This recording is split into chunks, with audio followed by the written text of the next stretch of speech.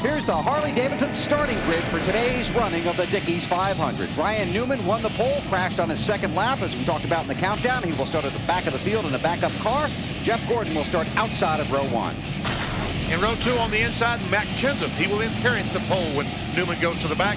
Joe Nemechek in outside row 2. Row 3, Mayfield on the inside. Good qualifying run for Mike Bliss. 0 car on the outside. Row 4, Greg Biffle, one of the chasers, along with his teammate Mark Martin, another guy in the chase for the next car.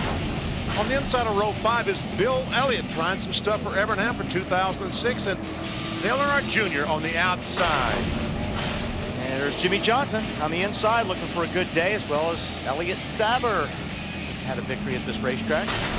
Row 7, Dave Blaney, who's looking for a ride in 2006, and Denny Hamlin, who got one handed to him this morning with Joe Gibbs Racing. He's in row 7. Inside row 8 is Casey Kane.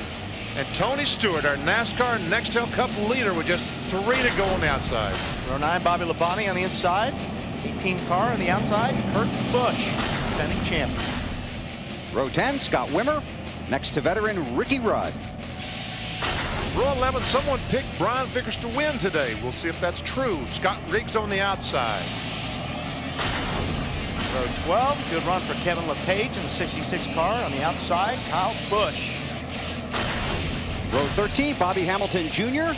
and Rusty Wallace, his last race at Texas, and it is Rusty Wallace Day in the state of Texas today. Row 14, we find on the inside Mark Truex Jr., leader in the NASCAR Busch Series points, and Mike Skinner on the outside. Row 15 on the inside, Dale Jarrett, UPS 88 car, and Carl Edwards. Watch out for him today. Row 16, Michael Waltrip. He's next to another former Texas winner, Jeff Burton. Inside of row 17 is Kevin Harvick, the winner here yesterday in a 300-mile event. Terry Labonte on the outside, born in Texas. Row 18, Casey Mears on the inside. On the outside, Mr. Excitement, Jimmy Spencer. Take you back to row 19, we'll find Travis Kvapil right next to Kyle Petty. Row 20, we find a couple of Chip Ganassi cars. Sterling Marlin on the inside, Jamie McMurray on the outside. Row 21, Ken Schrader on the inside. On the outside, driving for Petty, Jeff Green. And starting 43rd today, Mike Wallace. The 43 starters for today's race. Robbie Gordon, P.J. Jones, Stuart Kirby, Carl Long, Johnny Sauter, Reed Sorensen failed to qualify. And again, as we talked about, Ryan Newman crashed on his second lap of qualifying after winning the pole.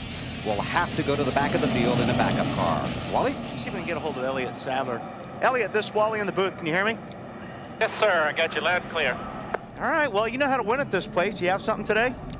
I think our combo sport's pretty good, Wally, but I tell you, this is a different Texas racetrack than it's ever been in the past. We learned yesterday that the groove gets really wide. We can run up against the wall, and it's kind of getting like Atlanta. I think the team that gets their car running up high today the best is going to be the team to beat.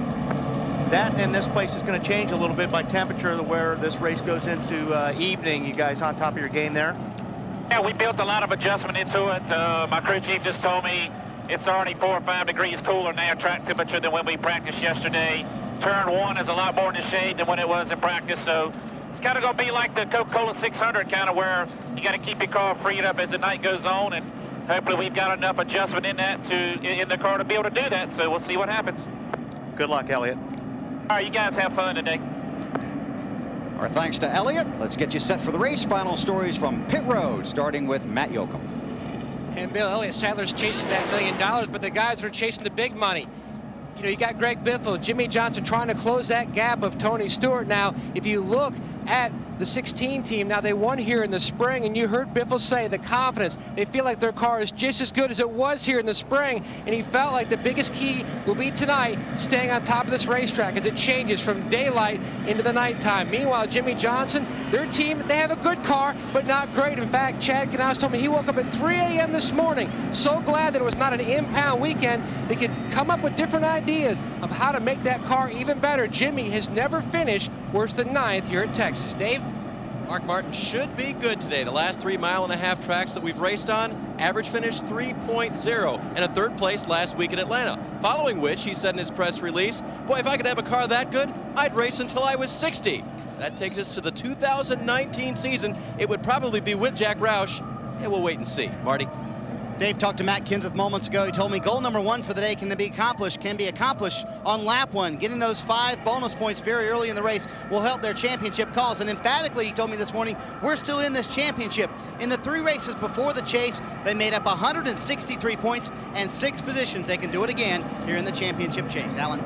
Earlier this week, Tony Stewart, talking about his past record here at Texas, said, "We haven't set the world on fire here.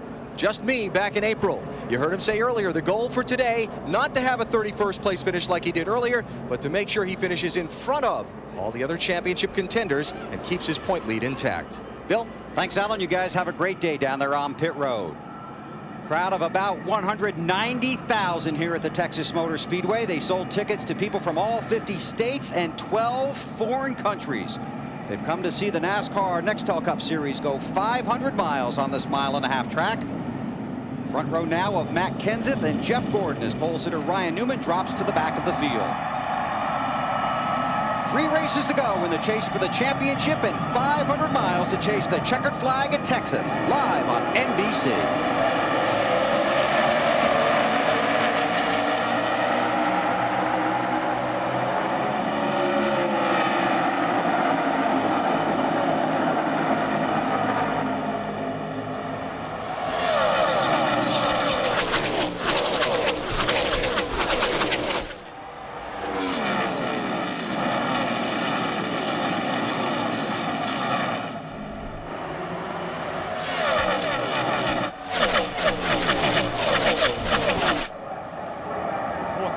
Get to the bottom fast right now by the looks of it. 5 bonus points for Matt Kenseth for leading the first lap. Dale Earnhardt Jr. on the inside of Blaney. Boy, Blaney was all over the racetrack. You know, the pressures are down on these cars. They're real hard to drive right now until the tire pressures build up. So everybody's got to be real careful this part of the race. Also, the track will start, the group will start getting a little bit wider once they get the pressures up. Kenseth, Gordon. Let's front 2 cars. Looks like there's someone coming off turn 4. Looks like Bill Elliott gets a little bit loose and just barely touches the wall off turn 4. Elliott Sadler, the 38 car, trying to get by Bill. The drivers in yellow on the ticker at the top of the screen. The 10 drivers in the chase for the Nextel Cup Championship. Dave? BP, you said that Bill Elliott might be trying some stuff for Evernham, right? Yes. Yeah, I don't think that was one of them. No, that's not the playbook. Yeah, Elliott's got his hands full right there. Car got loose again. You can see the tail wanting to just kick out and get sideways right in the center of the corner. And that's another Evernham car, the 9 of Casey Kane. Casey hit the wall here yesterday. Leading the race yesterday and blew a right front tire. We see Nemechek about to lose a spot to Greg Biffle, 16, and here comes Mike Bliss in 0. Keep Nemechek up there on the high side. Joe may lose a few spots right there. I tell you, walking through the garage here this morning, I saw some nervous crew chiefs because they're just such an unknown on this racetrack in the fall. Dave? Wow, did you see the 0 get loose right there? You did. I did, Wally. Not that good for Mike right now, trying to hold his position. But on the outside, Joe Nemechek, his crew chief, Ryan Pemberton, was a little bit nervous because of the way that they practiced yesterday. Unusually poor, according to Ryan. They tried a bunch of stuff as far as fixing it overnight. We'll see how it holds for the 01 Army car. A lot of the guys this morning were talking about, in order to not have these cars be so tight or push off the corners, they have to loosen them up. But the problem is they're all loose getting into the corner. 190 plus mile per hour going into these corners, and the car wants to get sideways as you turn the steering wheel. Not a lot of fun. And a lot of talk in the garage this morning, Benny, about the car behind these 2, the 6 car Mark Martin and the Roush team as a whole. Just how fast that 6 car was in practice, how good they feel like he's going to be in the race. And Pat Trice, the crew chief on the 6 car, one of the crew chiefs that really wasn't very nervous. Put a lot of confidence in your driver when you got a guy like Mark with the wheel. And Alan talked about Mark's confidence on the Bank of America countdown to green. When Mark has that feel on a Sunday morning, you know he's sure his car is going to be good. Part of that is having a crew chief like Pat Tryson, because he brings a whole calm to the race team. Ryan Newman, the 12 car, trying to work his way forward. Alan? The BP, we talked about the story where he won the pole on his first qualifying lap Friday, crashed on his second. This backup car that's on the track now has not been raced since November 2001. Crew Chief Matt Borland said it's not the car we really wanted to be using today, but they had a little malfunction at their shop, a little snafu, he called it, in their production. So they put this car on the truck. He said it's not bad, but it's not like the piece we had Friday. Newman's going to have to fight his way through the field. We see him back in 40th position. Got 500 miles to get there. Had a good car here yesterday in the Busch race, but as Wally talked about, their pit strategy hurt them. And Junior, the 8 car, goes by Mark Martin on the outside. Already they've moved, they groove up on the top side, Alan. Hey, BP, remember the race in Atlanta last Sunday when Junior led so much? Yes. Same car. They cleaned it up, brought it back. They're very confident they're going to have a good run today. Dave? Alan, Mike Bliss trying to hold station there in the 0 car right now. He just radioed in that his car was very loose coming off the corner. Wanted to whip around that rear end. And he doesn't like racing with Joe Nemechek right now. In fact, he wishes he could get by him, but so far hasn't been able to do it. Well, he's going to be real loose now getting into one if he's side by side with Earnhardt. When you're down there on the bottom like that, it makes your car even worse. But there's enough room in between those 2 cars, so it's not as bad. If they were real tight together, 0 would be silent. And we saw 2 examples of that yesterday. In the Busch race, we saw J.J. Yeley and Adrian Fernandez both go in the corner on the inside of someone, backed in the fence. Greg Biffle, the 16 car, Matt, he's going somewhere. Yes, he is, BP. He's trying to reel in the 19 of Mayfield. Now, he just told his team on the radio the car is bottoming out, especially down in turns 1 and 2, and running me up the racetrack. Can't run down the bottom line, but he takes that position away from the Dodge of Mayfield. Biffle was not very happy here on Friday afternoon after the practice sessions, but was happy after his qualifying run. He didn't know where that came from, I don't think. No, I don't think he did either, but he's glad it showed up. We did that interview with him that you saw in the Countdown to Green between qualifying and the practice session, and it was after the practice session when Greg wasn't exactly thrilled with the way things were going, but they're working out all right so far. Same for Matt Kenseth. He's out front, trying to hang on in the chase for the Nextel Cup Championship. 12 laps in the books at the Great American Speedway in Fort Worth.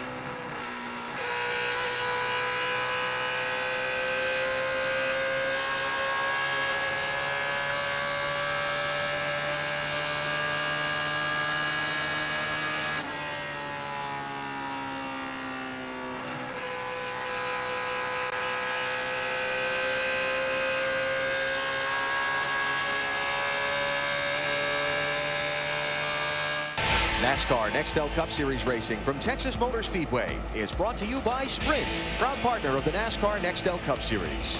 By Bank of America, higher standards. By Ford F-150, built Ford tough. And by Allstate, official partner of NASCAR. Matt Kenseth qualified third, started on the pole because Ryan Newman had to start at the back of the field in a backup car. Matt has led all 17 laps, and he's out front on lap 18. Appropriate, we put that up on lap 17. And here's our AutoZone in the zone drivers at Texas. Dale Earnhardt Jr., 5 top 10 finishes and 6 starts here. The former winner at this track, Jamie McMurray, with 3 straight top 10 finishes, and Kurt Busch, ditto. And Mike Bliss just takes the spot from Junior. Bliss has had some good runs here. That is in fifth spot. Yep, in the Truck Series. Guy second in the championship standings, Jimmy Johnson. Update from Matt. And right now he's telling Chad Knaus the car's a little bit free, especially in the center to up off the corner. Now his spotter, Chris Osborne, making observations of their teammate, Jeff Gordon, who runs up in third. This is what he just told Jimmy moments ago. Jimmy, the 24 car is running the same line that you just ran. One groove off the bottom in 1 and 2, and he's bringing it in 3 on the bottom and letting it drift right up 3/4 of the way up the track by the time he exits 4. And you could see moments ago when Jimmy went down into turn 1, you could start to see the shade get more and more down in turns 1 and 2. And Chad Knaus said, look, keep an eye on that because we will have to make changes as the race goes on. And that's a good thing about having a spotter, too. You know, I mean, they're looking at where the other cars are running. They're seeing if they're faster, and that's when they bring it up. See, Tony Stewart, the 20 car, as he gets on the inside of Mark Martin, we felt like the 6 car was going to be one of the better cars. Tony Stewart goes by, and the last lap, 20, fastest lap of all the cars out there. Obviously had a disappointing run that we talked about in the countdown, but things improving here for him, Alan. Yeah, Bill, and his crew chief Greg Zipadelli talked about the difference between the race here in the spring and now in terms of their program and their car as being night and day. Totally different. They had a big test around Memorial Day weekend up at Michigan Speedway that set the stage for this summer run they've had on these fast 1.5 and 2 mile tracks. They expect a good run today. Tony calling it a minute ago, saying his car is just a tick tight, meaning the front end grip lacking a little, but not bad at all. 9th a week ago, 2nd 2 weeks ago at Martinsville for Tony Stewart. It's Dale Earnhardt Jr. in the 8 and Johnson in the 48. Matt Kenseth is a former winner here at Texas and has led every lap so far today in the Dickies 500. When we come back, we'll take you through the field.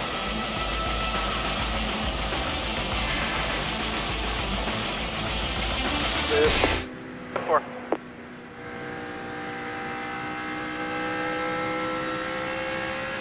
Clear by 10 on the 45. Leader's been on the bottom all the way around. Stay down the leader.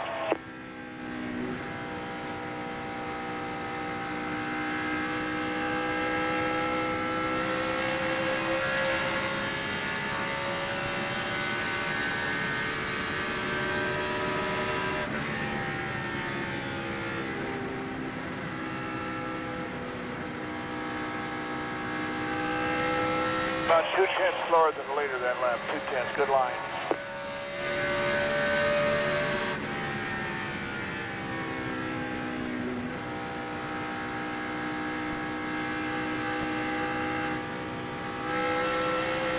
Pretty much just arrow tight, Matt. 10-4.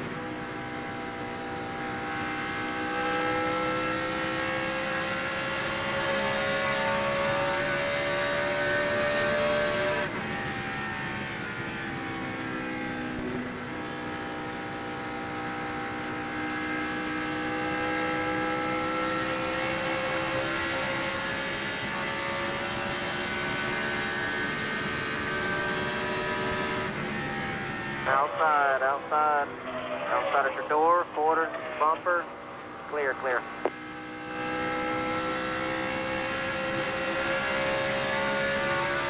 by half.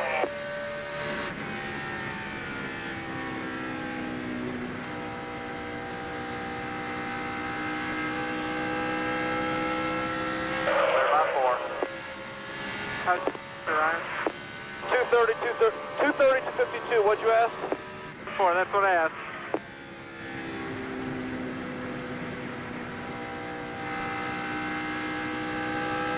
eye out for debris in 3. Caution's out, debris in 3. It's right in the groove. 28 laps are complete here at Texas. The caution flag has just come out. Update you on that in a second. For much more on NASCAR, log on to NBCSports.com. Benny has an in-depth preview of each race in the chase for the next Talk Up Championship, and Alan Bestwick looks at how the pressure has intensified on those drivers contending for the title. That's all at NBCSports.com. Debris in turn 3. And a lot of teams are saying, thank goodness this caution flag came out so we can make some adjustments. He's not. He's not one of them. There are a lot of teams, but he's not one of them. He was flying about a 2.5 lead over second place Greg Biffle. And he was starting to put cars a lap down.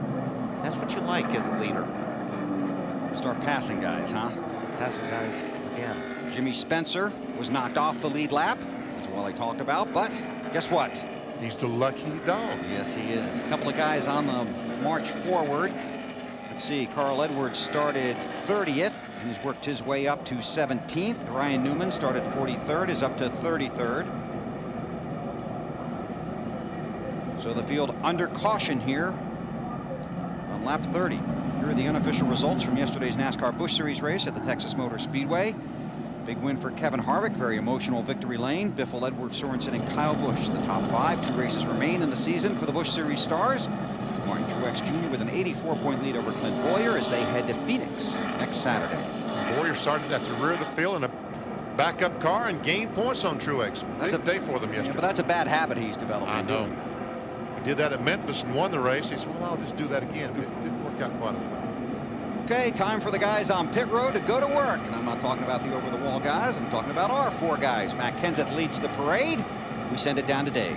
And Mark Martin trying to keep championship hopes alive, Bill. His car just a little bit tight in the corners. They'll make a wedge adjustment, maybe perhaps an air pressure adjustment too. 4-tire change for Mark. Matt? Greg Biffle slides to a stop, trying to angle his car out a little bit to have an easier exit. They're making a chassis adjustment. The car not bottoming out anymore, but it is tight. Snyder. Leader Matt Kenseth, top of your screen, Matt, said the car was just a little bit loose, so a very minor change, 1/4 pound in the left rear tire. That's it, AB. Tony Stewart moved up from 16th to 8th in that opening run of the race. Slight air pressure adjustment on his car to help it turn a little better in the corners. Pretty smooth stop so far for Smoke. A lot of traffic down there on pit road, as you might imagine, early in the race. Everybody on the lead lap. See Matt Kenseth on the race off of pit road. How about that Johnson crew picking up 4 spots on pit road? Junior's guys, too. How about Gordon losing 5 spots? So race off of pit road. There's Matt, Greg Biffle. Waiting for the rest of the guys. Here they come. There's Junior. So under caution here at the Texas Motor Speedway, Matt Kenseth, the race leader, live on NBC.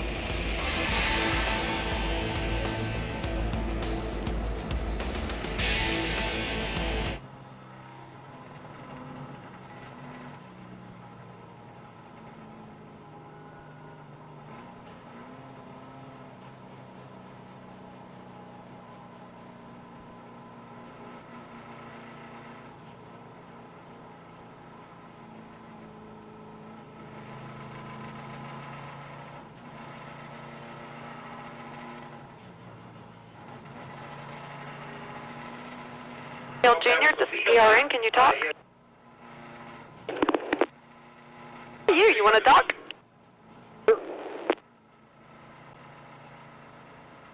Car radio and Junior, right now that Budweiser Chevy looks pretty racy out there. Okay, track's real slick. I don't really know, why the cars having a little trouble getting the grip. Why the cars having a little trouble getting the grip. Why the cars having a little trouble getting the grip. Why the cars having a little trouble getting the grip. Why the cars having a little trouble getting the grip.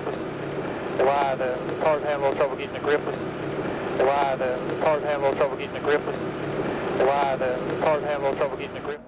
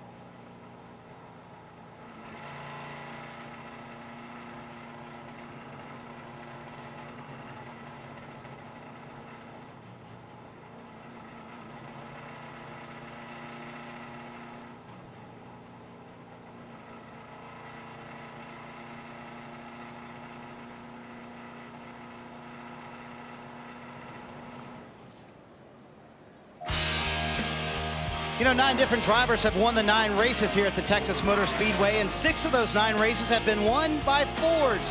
In 2002, Matt Kenseth took Ford to victory lane here and went on to win a series-high 5 races that season. That also was the first year Matt finished top 10 in the championship standings, and he's been in the top 10 every year since. For more, log on to FordRacing.com. Bill Weber, your turn. Thank you, Marty. Take a look at our Craftsman pit summary. Guys coming off of pit road. Jimmie Johnson picking up some spots, and Jeff Gordon losing some. Word from pit road is the 24 got blocked in by the 2. They finished his work, but he couldn't get out of his pit. All right, pace car off. Matt Kenseth has led every lap. Coming around to complete lap 33. Green flag back out. We get back at it.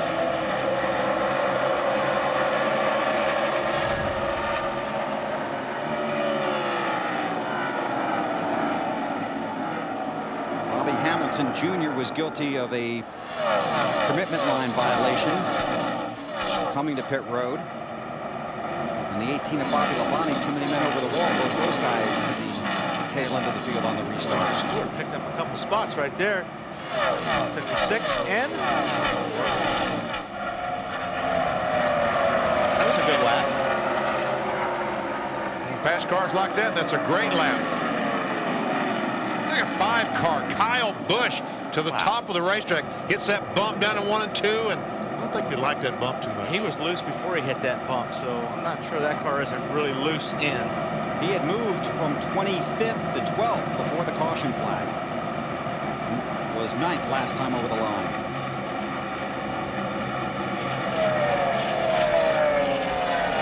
car. Denny Hamlin, as Bill told you earlier, it was announced today that he will drive this 11 FedEx car in 2006. Look at how loose that thing is, man. I'm telling you what, he's got his hands full. That 11 car pulled up behind him and packed that under it and just got him so loose. How about those guys on the 11 team in the garage this morning talking about Denny Hamlin? Oh, they were just so pumped up that he's their driver next year. Bill and I walked by this morning. Oh, we see Biffle going to the outside. Teammates. A couple of Roush-Coutiers there. Biffle and Matt Kenseth share the same car owner, Jack Roush. Now, did Kenseth let him go by to get 5 points, and will Biffle let him go back, or is he just faster? We'll see. We're about to find out. Biffle won the race here in the spring. Has 5 wins this season. And now has 5 bonus points here at Texas.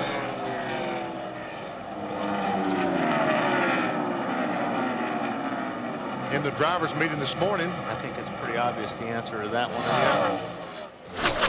Drivers' meeting, Matt Kenseth walked up to Bill and said, well, you got your butt beat yesterday, didn't you? Finished second in the Busch race yesterday. Matt. And Biffle has taken over the lead. Now, he's earned bonus points in 6 of the 7 chase races. Now, he can pick up some more bonus points, knowing that time begins to run out. He should have a great weekend here. He's expecting even bigger things next week at Phoenix. That car, though, really strong. Do you think the 17 let it by? Yeah.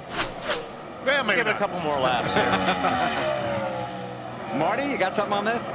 Well, I don't think he let him go, Bill, but Matt does want the lead back. He made that clear. He said, guys, I want to get this back. I liked it out front much better than being behind the 16 car. Dale Earnhardt Jr. in the 8. Tony Stewart in the 20 on the move. Well, there goes Tony on the inside. Junior on the outside. Stewart takes that spot away. Alan, Tony saying anything? He's not saying anything, but he's doing it on the track, BP. His pit crew got him one of those spots, too. He came down pit road in 8th position. They got him out in 6th position, excuse me, in 7th position. And now he's moved up to, what, 5th, 4th now? Yep. He's on the move. You're right. Matt?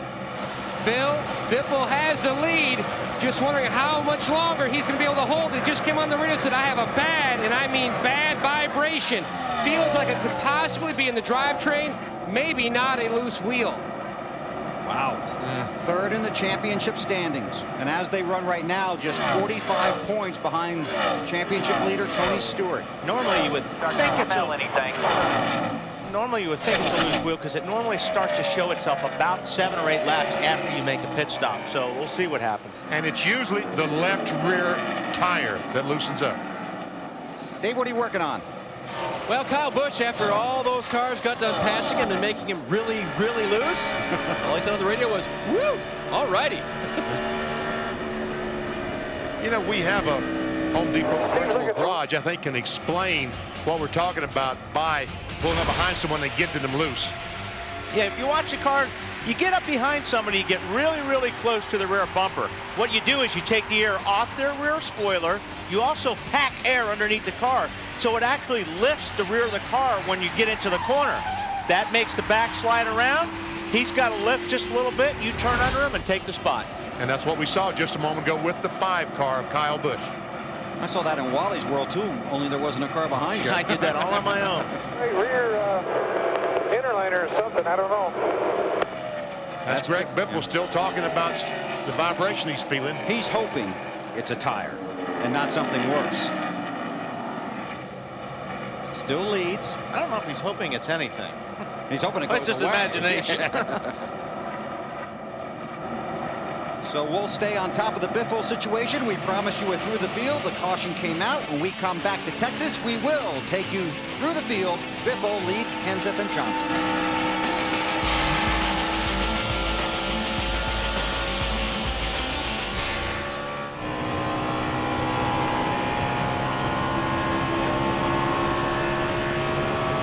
Doing good, buddy. Just picking them off now. Travis, this is everything.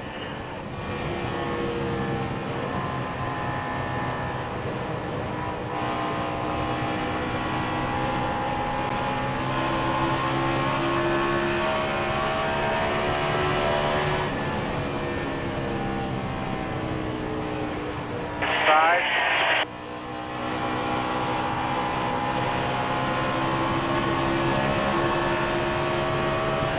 All clear.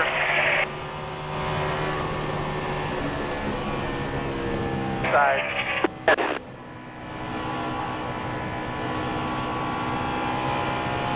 Clear.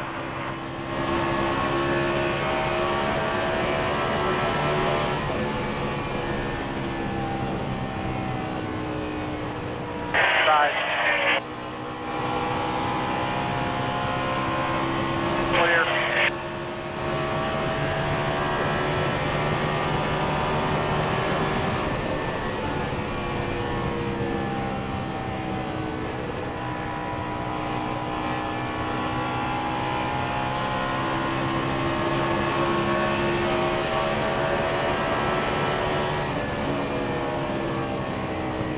Got one outside of you. Clear.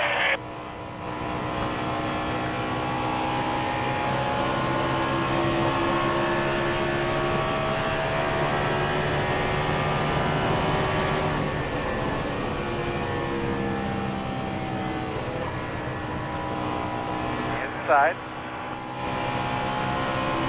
Clear.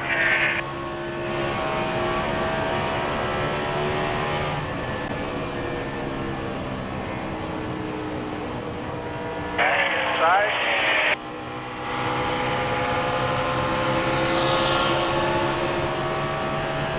Clear.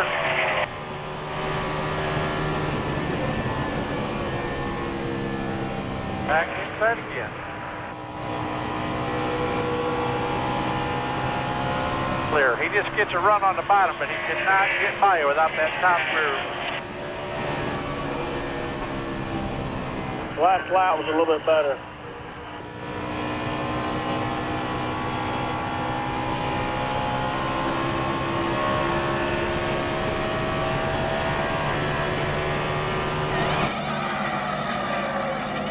Back in Texas, the leader of the race, Greg Biffle, has finally hit pit road for the vibration. Checking to see if it was a loose wheel. He said, when I come down pit road, look at the luck to the left side. If they look tight, let's just change 2. But Doug Richards said, we are going to go for 4. We are going to take the conservative approach. Right now, they're looking over the wheels, Bill, to see if indeed they were loose. Looks like possibly the left rear may have been loose on the 16 car. Yeah, like I said, normally it takes about 7 or 8 laps to show up. And like BP says, it's normally left rear. Because you tighten the lug nuts to the right. The torque of the wheels is trying to loosen the lug nuts. When you come off the corner, hit the throttle, that torque is trying to loosen them up on the rear. It tries to tighten them on the right rear. Now, a couple of things to point out here. Biffle led 12 laps. He is the only driver not on the lead lap right now. So if the lucky dog was to be issued for after a caution, it would go to Biffle. And the leaders are about, I'd say, a half a mile away from lapping anybody at this point. So Biffle might be able to dodge the trouble here. We'll see what happens, and Matt will follow up on pit road. So back up front, Matt Kenseth recaptures the lead. So Matt leads. Time for a Through the Field presented by Speed Pass from Exxon and Mobil. And we'll start with Matt Kenseth and Marty Snyder. Well, Bill, last week the DeWalt guys got it done on pit road. Several stops under 13 seconds. They just did another one on this past stop, 12.9. He came in first, went out first. Biffle passed him, and he did ask what happened to Biffle. They told him on the radio, so he's not concerned with his car. Very good right now, Alan. Tony Stewart has picked up a few spots since the restart, up now to second. He's maintained all along through this championship chase that I'm not racing for points. I don't look at the points. How about with 3 races to go, Tony? You changed your approach now? With only 3 weeks to go, it makes it probably easier on us to just worry about doing what we're doing. That's all we've been doing, you know, the whole chase anyway, is not worrying about where everybody else is, just doing what we need to do, and, you know, it's working. So it gives us the flexibility with 3 races to go to do what we do best, and that's just worry about going out and getting the most points possible. The most points possible is when you lead the most laps and win the race. He hasn't led yet, but he is up to second. Matt? After a disappointing finish last week at Atlanta with 16th, they felt like they needed to come in here, the 48 team, and step it up, and they sure did on that last pit stop, picking up 4 spots on pit road. The car a little free, Alan. Dale Earnhardt Jr. started 10th. He is up to 4th place now, calling in a minute ago, saying his car needing a little bit more help turning. Earlier, he was commenting about having some trouble on the bumps, like right there when you go into the corners. Dave? Mark Martin said the car is starting to come in. They loosened that car up a little bit on the stop, but it was really loose at the start of the run. Car operating very well for Mark right now. The 5 of Kyle Busch, once he got his car back under control from all that looseness, is running pretty well. Just trying to maintain his position right now and have his car come to him as well, Marty. Well, Dave, the 24 team has lost the handle on this race car. Jeff just came on the radio a couple laps ago, said, we are terrible on speed. I cannot pick up the throttle at all. He let the 5 car go earlier, made a little contact when he went by him. Jeff having a tough time with a very tight race car. Denny Hamlin signed a long-term contract this week with Joe Gibbs Racing, announced this morning. As Bill told you earlier, the car very good for Hamlin. A little bit tight. They put a pound in the right rear on the last stop. Dave? A little confusion in Mike Bliss's pits at 37, and Mike Skinner was in the way. They didn't make any changes on this chassis. Woody Barker, the crew chief, radioing back to Mike, you know, even though your car was loose, if I make you tight in the middle, you'll yell at me. So they didn't do anything. Alan? I won't yell. Carl Edwards isn't yelling either because he started 30th, and he's already cracked the top 10 into the 10th spot on the pace laps just before the green. He gave his team a little pep talk. All right, guys, let's have a good, fun day. Just be patient. Our car is good enough. I'm going to be patient, and we should have an awesome day. So thank you guys for the opportunity. Thanks, Mom, for being here. Love you. Never hurts to thank Mom, does it? Carl is being very patient. He said a lack of patience, getting in too much of a hurry, is what hurt him in the April race here. Matt? Casey Mears just running outside the top 10 and 11. Loves these high-speed racetracks. Had a top 5 here in the spring. Hoping for more good things here today. The car a little tight on exit, but it's getting better, Dave. Michael Waltrip's team trying to give him a win yet this season before he leaves Dale Earnhardt Incorporated. Thought they might have it at Charlotte until he tangled with Jamie McMurray late in that race. Trying again today to have a top 10, top 5, or even a winning car, Marty. Well, Dave, in the last 2 Texas races for Rusty Wallace, he's finished 10th and 5th right now. Kind of struggling with a tight race car. Did not have a very good pit stop either. They did go up a quarter round on the track bar, trying to loosen up Rusty's car. It's still tight on this run as well, Dave. And the same for Jeremy Mayfield's car. That was a condition before the pit stop. He restarted 6th, and he's gone backwards. Still having trouble turning that race car. The 29 of Kevin Harvick today. Most cars on the racetrack today are carrying a number 62 decal. That in honor of Kevin's father-in-law, who passed away this week, John Paul Linville. All teams honoring him. He was a Busch Series competitor that they all thought very highly of. Matt? Dave, pressure continues to build for the 25 team, knowing they only have 3 races left to try to to score that first win this year for Brian Vickers. Now the car is tight, especially in traffic, and it's loose across the bumps, Dave. Kurt Busch's team trying to correct the conditions on his car real tight during the first stop, and hopefully they've got some of that corrected as he tries to move his way through this field. Marty? Busch Series Championship leader Martin Truex Jr. making his final Nextel Cup start of the season. He will be a rookie next year, so they're trying to save those races. They told him to be a little more aggressive when he came to his pit stall next time. Car's a little bit tight for Truex in that one car. Matt? Now, a unique paint scheme for the 88 of Dale and Jarrett. His kids, young son Zach, age 10, and daughters Natalie and Carson, helped design this paint scheme for Toys R Us. Now, DJ hoping to add another victory to his Texas racing resume, one here back in 2001. The Ganassi cars, especially the Silver 40 of Sterling Marlin, had great runs here in the spring, but like many cars, fighting a little tight condition, especially in the center of the corner. Schneider? Well, Matty, as you know, Elliott Sadler won here last April, but right now he does not have a winning race car. A little bit too tight for Elliott, and he kind of scolded the team. He said, next stop, guys, let's take some time. Let's fix this thing, because right now we're going nowhere except backwards. Matt? And sticking with a known factor, they brought a very productive race car. The car that has a lot of top 10 finishes here. This is the 14th race for the 42 car, this particular chassis. The car, though, tight like his teammate Sterling Marlin. Meanwhile, the 07 Dave Blaney. Now, the cars out of the RCR stable look very strong in final practice, including Blaney's 07 car. He's a little tight on exit, but they made some change in the last stop, especially air pressure has seemed to help, Alan. Casey Kane, normally someone you expect to see running up toward the front on these fast racetracks, running back in 24th spot now. They started the race in 15th. He called in and talked about his car in different situations in traffic. I'll save you the long explanation and say it just wasn't good. Ryan Newman trying to pick his way up from the tail end of the field in this backup car. Ryan calling in a moment ago saying his car needs a little more help turning in the corner. I would call this slow but steady progress for one of the championship contenders. Bill? Thanks, Alan. Outstanding job, you guys, getting us through the top 25 cars. There are 40 cars on the lead lap. Jimmy Spencer has been knocked off the lead lap. He is the highest running car not on the lead lap, and that means he would be the lucky dog. If the caution comes out, he's racing Greg Biffle for that position. 65 laps are complete. Let's get an update from Matt.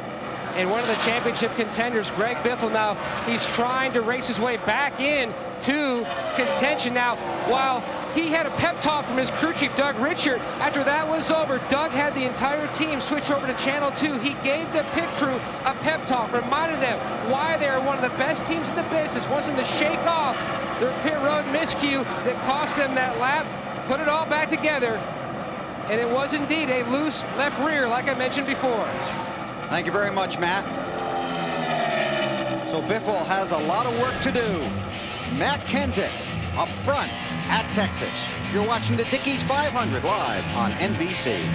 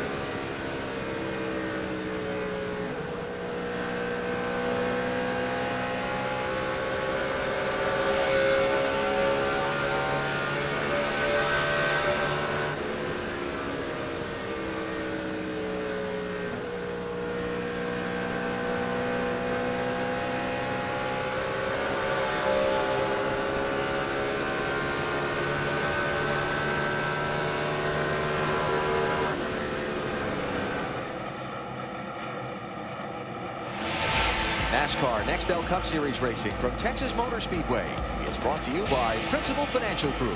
We'll give you an edge. By Dodge, you can take life as it comes, or you can grab life by the horns. Dodge. By Lowe's, where you'll find all your home improvement needs. Lowe's, where improving home improvement never ends. And by the 3,600 CarQuest Auto Parts stores across North America. 72 laps complete here at Texas. Matt Kenseth continues to lead over Tony Stewart and Jimmy Johnson. Here's our Wendy's race menu. And that's all that's left on the menu for 2005. Phoenix next Sunday, and then 2 weeks, the season finale at Homestead, Miami. 3 o'clock Eastern time on NBC next Sunday and in 2 weeks. And then we'll crown the champion. Walking through the garage here this morning, someone said, next time by, 2 to go. That's right. 2 races left after today. Now Kenseth is knocking him down. That's not good news for Biffle right now, because he's putting a car a lap down just about every other lap. Now then, what Biffle needs to happen is go through a full cycle of green flags. All these cars have to stop on the green flag. And then after everybody stops, caution flag come out. Puts him back in the game again. A little bit of that luck. A little bit that he talked about. That's right. This is a good day for Matt Kenseth. His crew chief, Robbie Reiser, was not here on Friday. Robbie's dad, John Reiser, has been ill. Robbie spent the day with his father on Thursday, and Matt Kenseth called Robbie Thursday night and said, do not come down here. We will get through this day without you. And qualifying, Robbie told me this morning it's the first time he's ever missed a day at the racetrack, but Matt wanted to make sure he spent the day with John Reiser, his father. John and Alice wanted to let you know they're thinking about you down here in Texas today. Robbie flew in on Saturday morning.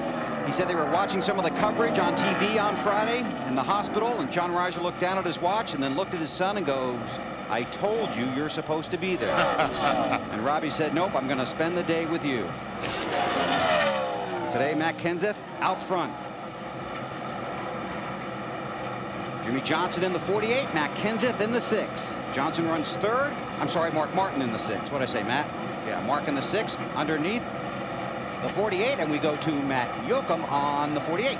And the 6 of Mark Martin just goes by. Now, Jimmy was saying his biggest issue is the car is starting to get free, especially down in 3 and 4. It's a little bit on the edgy side, too, Dave. And as for Mark Martin right now, they've been talking a lot about the changes they want to make on the next stop. And they're very similar to the changes they made last week at Atlanta, where Mark finished third. Quarter round of wedge, very minor chassis adjustment, little air out of the left side tires. That helps the car turn a little bit. So very similar, even though these tracks aren't exactly the same, Wally, the same stuff works. Keep an eye on that. As the temperatures change here, it'll be a little bit different than last week, but Martin Truex Jr. in the 1 car inside the 24 of Jeff Gordon. How about it, Marty? Well, the car has just been terrible in this run for Jeff Gordon. At lap 49, he radioed the crew. It's starting to get tight. That time, he was running 6th. Now Jeff Gordon is running 16th, and here's what he had to say on the radio. Way worse than it was, guys. Just way worse. Everything middle off. I'm good getting into the center. Just middle off. A horrendous push. Hey, boy, just keep doing the best you can. We're going to have to get it better for you. Just get up to that pit stop. We're going to work on it. if you look right in front of his left rear, there's a valence that keeps the car, keeps the air, keeps the car sucked to the racetrack. It's sticking out. So he had contact with somebody. That's right. So we see a wheel mark right in front of that left rear tire, and you're right, Wally. That's hurting the downforce right there, his car. So that's probably why.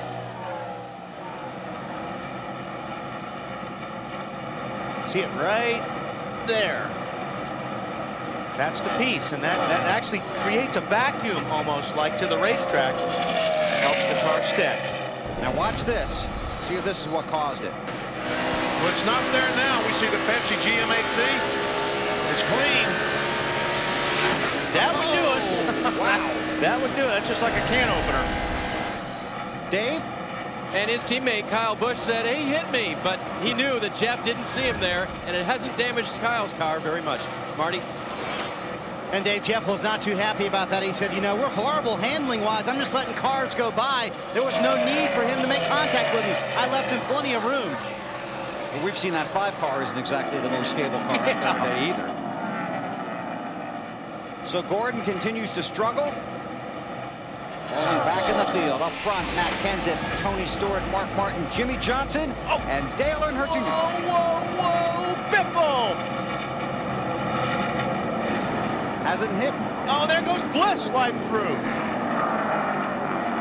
Man, I can't believe those guys didn't hit anything. Biffle started this right way back in 3. It's not where he needed that yellow, BP. No. There's Bliss. He definitely did not need this caution flag. That's right. He needed this thing to run green for a while. See some damage on the back of the 0 car. Biffle just started losing this thing off of 4, and it did one of those tank slappers where it goes left, right, you're doing everything you can, and finally it just goes too far. It just gets loose, tries to save it. This is actually further down. It started way back, but I'm not sure why Bliss went through the grass. We can take you on board with Dale Earnhardt Jr. Down on the pit stop. Saved it, caught it, saved it, caught it. All right. Nice job by Junior, too, because I'm sure where to go on that one. He just slid up. You're already loose here. Slide up in front of a car. That takes the air off your spoiler like we were talking about earlier on the Home Depot virtual garage. He just lost traction, and now he's doing everything he can just to hang on to it. That was a nice job by Earnhardt. It was. He did a good job because, not like I said, Biffle came back and forth a bunch of times. An inexperienced driver in Earnhardt's position would have spun out because they'd have jumped on the brakes and spun out. He just waited to see which way he was going. He rolled out of the throttle, exactly. Just let it happen in front of him. Alan, were you listening in? Yeah, and you know what he said after all that got done? After he caught his breath? Wow. He said, oh, that was close. He's right, it was. Okay, they're coming down pit road again. Dave Burns. And Mark Martin was ahead of all that in position 3. He comes in now to make those small adjustments that he talked to his team about. Again, air pressure out of the left side tires, a quarter round of wedge into the right rear. 4-tire change. Matt? And the 48, Jimmy Johnson, their team excellent on the previous stop, picked up 4 spots on pit road. The car was tight right there at the end. Air pressure adjustment, Snyder. Leader Matt Kenseth said his car stayed better longer, but a little too tight at the end of that run. Half pound on the right front. Another great stop by that 17 bunch. AB. Tony Stewart up to 2nd place. Wanted him to stop short in his box so he could swing around Ken Schrader. Very smooth 4-tire stop. Just some minor adjustments for the 20 car. And another solid stop by Robbie Reiser's over the wall bunch on the car of Matt Kenseth. Under caution here at the Texas Motor Speedway, wild ride for championship contender Greg Biffle. Got a lot of work to go now. Awesome. Yeah, we got the old mud hole starting to form. Kicking it. Nice job, guys. Picked up another couple spots, Mike. Yeah, good job, everyone.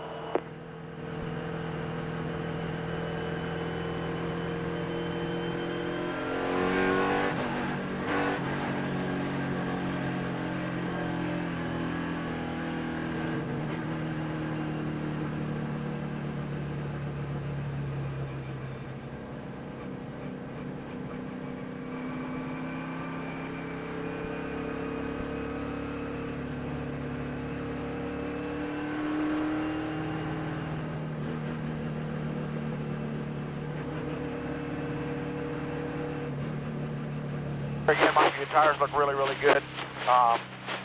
You know, just let us know. You know, we're up pretty good on that right. We have some area there we can work with. Just let me know. Okay.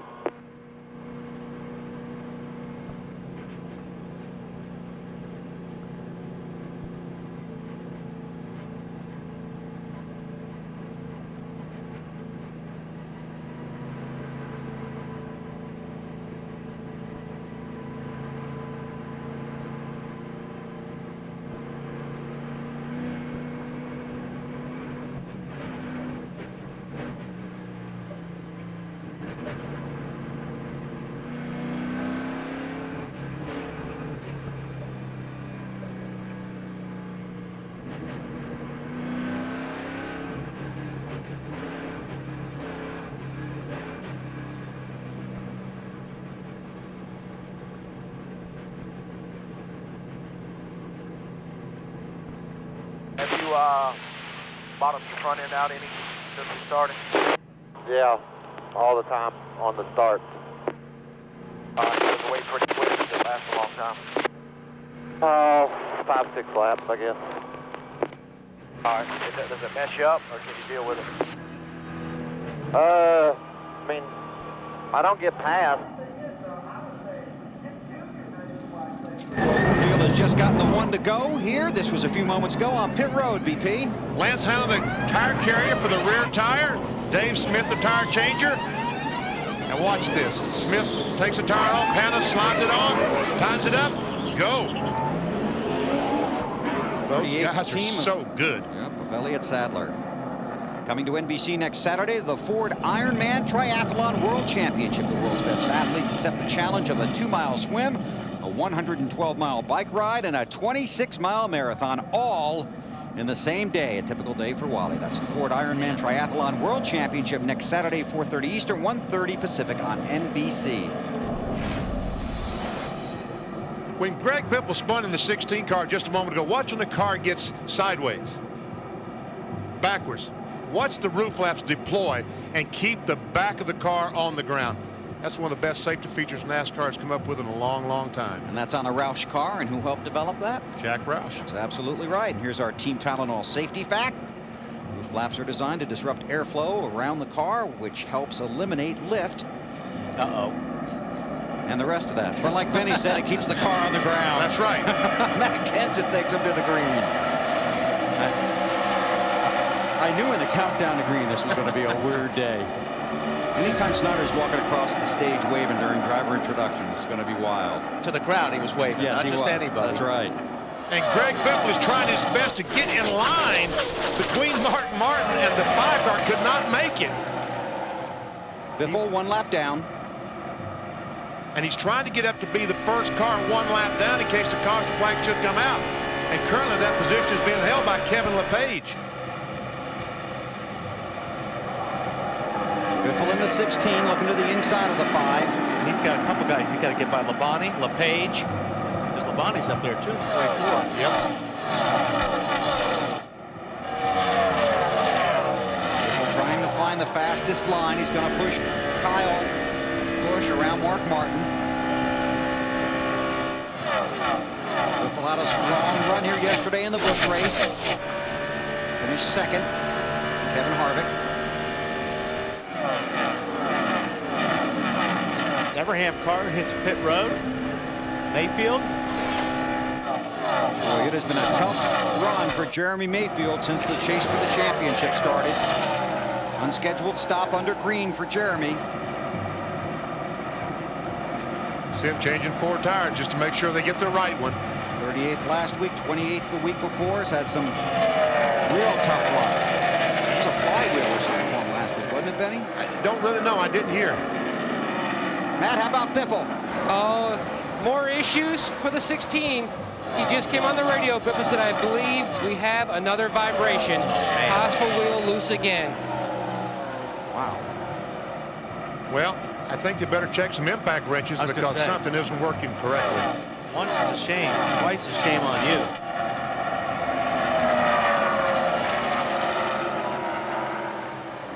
That's Kevin LePage in the 66. Biffle needs to get by him. Then we'll try and chase down Terry Labonte.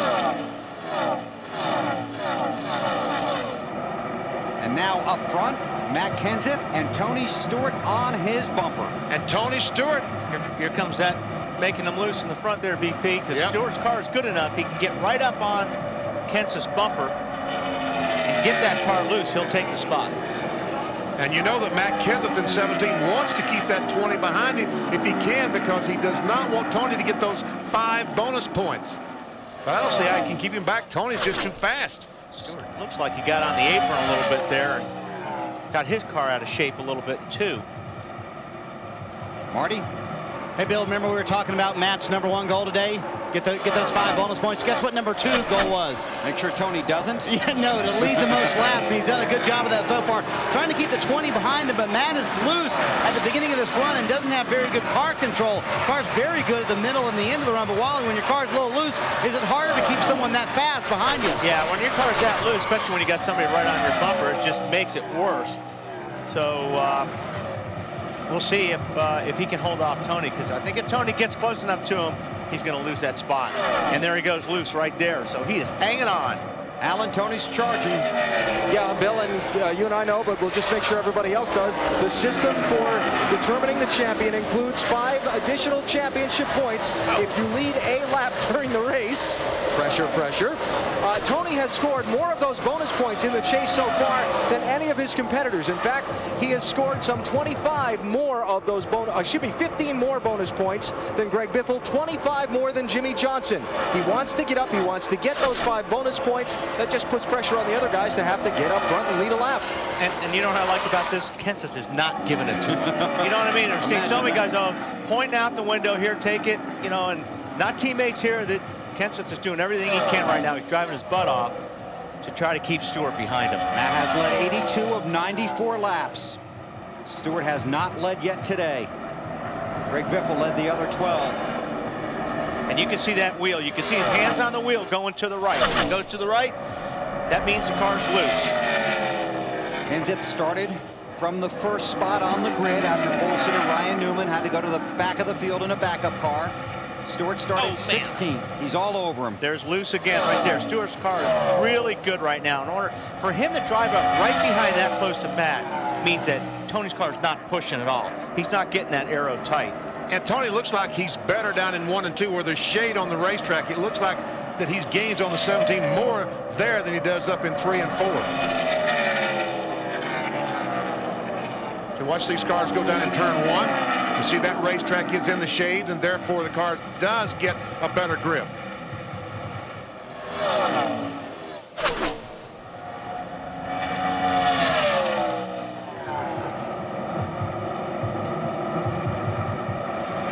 Keeps it down low. Just saying that Tony's car is a little bit lower. His cars can get down right on the white line, where Matt's car is a little bit off that white line. Alan? Now, Wally, you and Benny were just talking about temperature changes in those shadows. Greg Zipadelli, Tony's crew chief, told me this morning they tracked the temperature changes here on Friday from the afternoon through about the part of the day where this race would be going on. Greg Zipadelli does not expect there to be significant changes in the way the car grips the track as those shadows grow. He said it's really going to be not as significant as I think we're all thinking when we got here this weekend. Really? That makes sense. That's surprising. Yeah, it surprised me too. Marty. Hey, Alan, it's the same for everybody. Just to point out, Matt Kenseth just came on the radio and said when he comes off turn 4, there's pretty bad sun glare, so it's hard for him to see until he gets into the shaded area on the front stretch. So you'll notice when they come off turn 4, the sun is right in their eyes, and that's a problem. You can't see what's around him or in front of him. That's never good. Yeah, that's a problem. And anytime that you have a race that goes into darkness as the sun sets, you have that problem. And we've never had that here because we've never done this here before. And this is the battle for being the first car 1 lap down. Under NASCAR rules, if you are that car, caution flag comes out, you're awarded a free pass to make up 1.5 miles. We call it the lucky dog. Terry Labonte in the 44 car. His brother Bobby Labonte was the lucky dog under the last caution. Matt? Bill, what a day Greg Biffle's had. He lost a lap due to a loose wheel, then he spun.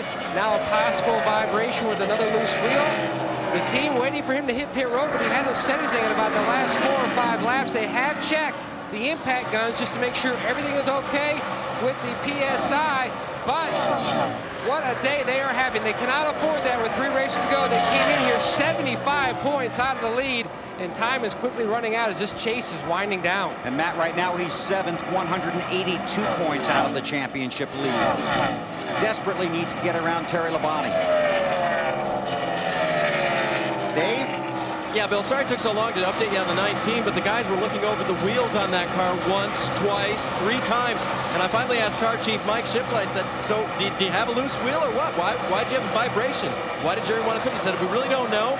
He said, we can't find anything really wrong with the holes in the wheels, like there was a tire left loose. We might have had a wheel weight fall off. Jeremy stays on the track now. They think they've corrected the problem, but tough for them. They were early on running very well. 41st right now, Dave. 1 lap down. Matt Kenseth up front has inched away from Tony Stewart. 102 laps on the board here at Texas.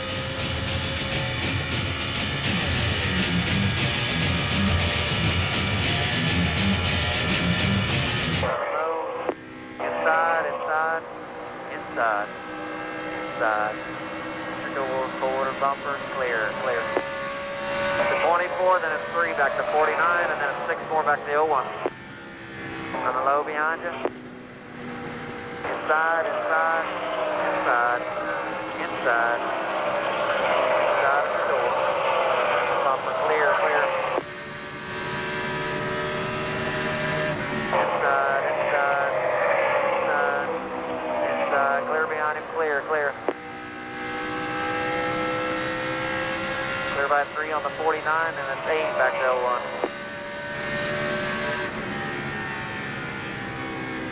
Clear by 1.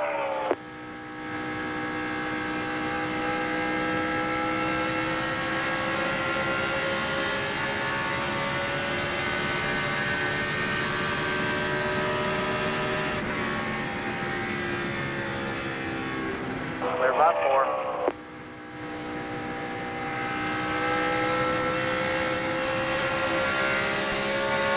Clear by half.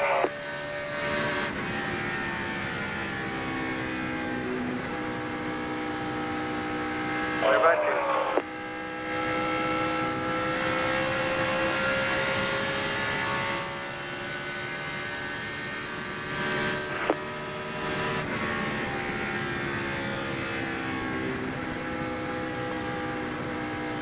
Clear by 1 on the 49, and about 12 back to 15.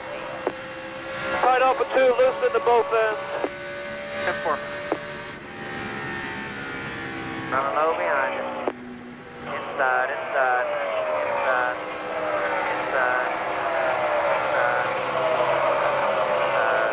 door. Inside of your quarter. Go there. Inside. You're clear behind the 49 if you want it. Inside. Clear behind it. Inside. At your door. Inside. Clear behind him. Clear. Outside. This bumper clear. Clear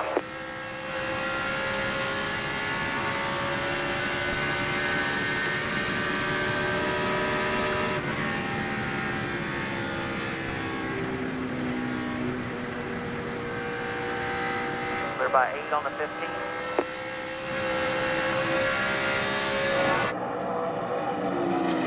The Texas Motor Speedway, the Great American Speedway here in Fort Worth. There's Matt Kenseth in the 17 car, the race leader. Until today, the most laps he'd led here at Texas, 85 back in 2002 when he won the race. But already today, Matt has led 96 of 108 laps. He runs first, back and forth, Jimmy Johnson. Race fans, visit LowesRacing.com today for your chance to win up to $48,000 in the Win Jimmy Wins, You Win sweepstakes. Just visit LowesRacing.com for all the details. We can take you through the field. We'll start with Matt Kenseth, and here's Marty Snyder. That's a nice, easy Sunday drive for Matt Kenseth so far, leading all these laps except for 12. They've used their final test of 2005 to get ready for this race. Obviously, it worked. Car out front looking nice and easy. Alan? And Tony Stewart a little bit frustrated, I think, at not being able to get around Matt Kenseth and lead a lap for those bonus points. His crew chief, Greg Zipadelli, telling Tony a bit ago to just save his stuff. This race kind of has a green flag look to it, and they got to make sure they've got some tires left at the end of the run, Dave. Kyle Busch's car was tight and loose. He says it wouldn't turn the corner, and then when I got to the end of the corner, it would go whoop toward the wall. That was his description. They made an adjustment for that. Matt? Now, earlier in the race, Jimmy Johnson's the car was a little bit on the edgy side. The takeoff, though, was good and then went a little bit tight. But as you can see by looking at the top 6 with 5 chasers there, Jimmy said this year, the chase, you have to be almost perfect. The hardest part is just been really to perform every week. I mean, everybody keeps stepping it up, and it's so tough to gain a lot of points on anyone. So I'm really amazed how every team, you've got the Roush cars, the 20, everybody has just been so strong, and that's been the challenge. You can't be off one weekend, you'll lose too many points. On their last stop, Chad Canals and the Lowe's boys, they pulled a spring rubber out of the left rear and a small air pressure adjustment, Dave. That car running very solid. Not solid right now for Mark Martin, Matt. He said, I don't like it on this run. Change the air pressure back to the way it was. Change the wedge back to the way it was. They're basically wanting to start back at ground zero, back at square one where they were before, to see if they can get a reading on this car. Alan? Well, with the exception of Matt Kenseth, who's done all the leading, the drive of the day goes to Carl Edwards. 30th now, up to 6th. Already planning what they're going to do on their next pit stop. Carl constantly in conversation with his crew chief, Bob Osborne. Matt? Running back in 7th, the 41, Casey Mears says, must be something on the grill because the water temperature is climbing quickly. The car, though, he says, is very close where it needs to be as far as setup. Just need to free it up just a tick, Alan. And Dale Earnhardt Jr. has slipped back a few spots in this last run of the race, Matt. He is complaining about his car not turning as well as he'd like it to in the center of the corner. That's keeping him from getting into the gas as quickly as he'd like, and that costs a lot of ground here. Marty? Alan Rusty Wallace trying to snap a 3-race streak without a top 10. His car's been loose, but he wanted to pull some tape off on the last stop. Larry Carter, crew chief, talked him out of that because it's going to get cooler tonight. They'll need that tape on the front grill instead. They went with a wedge adjustment, trying to tighten him up. The car's been better, though. Matt? Brian Vickers has really picked it up in the second half of the season, improving his average finish by 9 spots. Right now, the car starts out really loose on new tires, and then slowly gets better and better. Just a little tight in the center, especially in traffic, Snyder.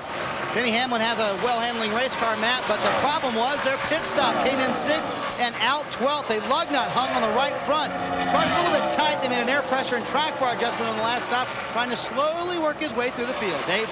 Marty, I think when you talked with Kevin Harvick earlier today, starting 33rd, you thought he might have a chance to move his way toward the front. He's certainly done that. He's had a car that's had trouble turning, but they've made some adjustments. He's all the way up to the 12th position. Marty, back to you. Yeah, good job for Martin Truex Jr. today, Dave. Started 27th. Currently, he's up in the 13th position. The car right on the bottom line. That's exactly where Martin wants it. On the last stop, they made no changes because Martin said, I don't think we can make it any better, guys. Dave? Kurt Busch's car has not been that great today. I asked Jimmy Fenning this morning, how are you leading now that the championship is pretty much out of the question? And he said, you know what? We're still just trying to win and move as far as up in the points as we can. And Kurt has that attitude too. He's a racer. Marty? Well, Dave, remember earlier we told you how Elliott Sadler was not happy with his race team, said we need to make some drastic changes on this next stop, so they obliged 4 different rounds of wedge in and out of that race car on the last stop. It has come to life. Also an air pressure adjustment. He's up in 15th, Matty.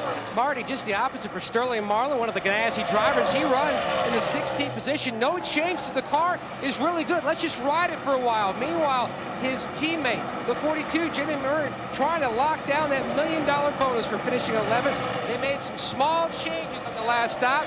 Just a track bar and air pressure. The car was a little loose on entry. And Dale Jarrett trying to score one more win here at Texas in the 88 car. The car's a little bit tight from the center to exit. Marty? Well, Matt, Jeff Gordon's still struggling with his tight race car. Here's what they did on the last stop. It took them 20 seconds, and here's why. They put a spring rubber in the right rear spring, pulled a spring rubber out of the left rear spring, and fixed that valence where Kyle Busch hit him earlier. Jeff radioed to the crew a little while ago, said, you know what, guys? We're halfway there, almost. Dave? Michael Waltrip asked crew chief Tony Gibson, hey, can you help my car turn a little bit better? Boy, did he. It was way too loose at the start of that run. It's coming to him a little bit now, but he said, don't go that far next time. Alan? Ken Schrader has come about halfway up through the field from his 41st starting spot. Schrader earlier in the race called in, said they had an exhaust leak and the engine was down on horsepower. Then just after the last pit stop, he said, can you believe it somehow fixed itself?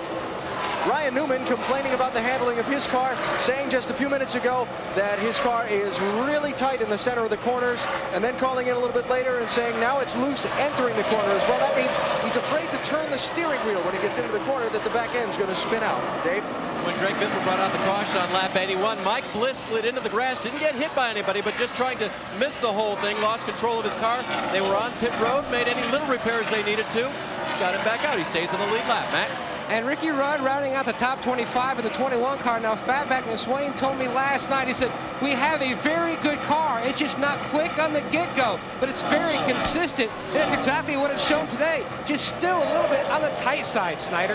Man, a good little race here between Ricky Rudd and Kyle Petty, and Kyle's been running much better, and that's good to see the 45 car running up front. He's been a little bit tight, but he said, you know what happens? We give up so much ground at the beginning of the run with our car being loose. That's how these guys get so far away from us. Lap times, not too bad, and he repasses Ricky Rudd for 24th, Bill. Thanks, guys. Those are the top 25 cars. There are 33 cars on the lead lap. The first car scored 1 lap down is Greg Biffle. So if the caution was to come out, Biffle right now would get the lucky dog. Everyone chasing Matt Kenseth at Texas.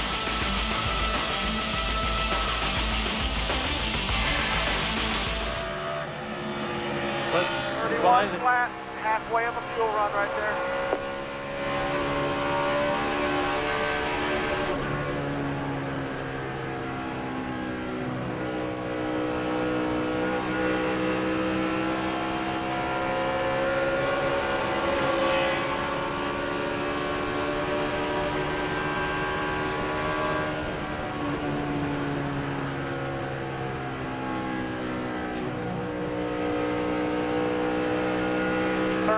Flat.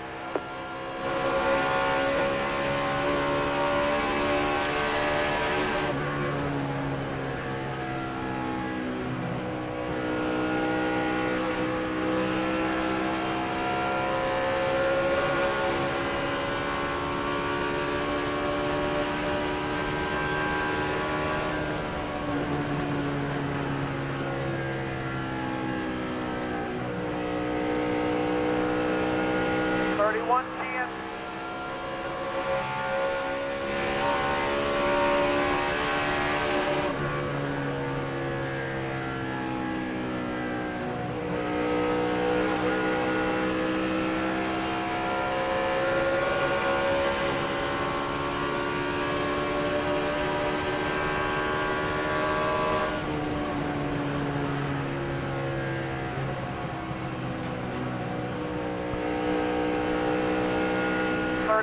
Flat, 20-30 in front of you.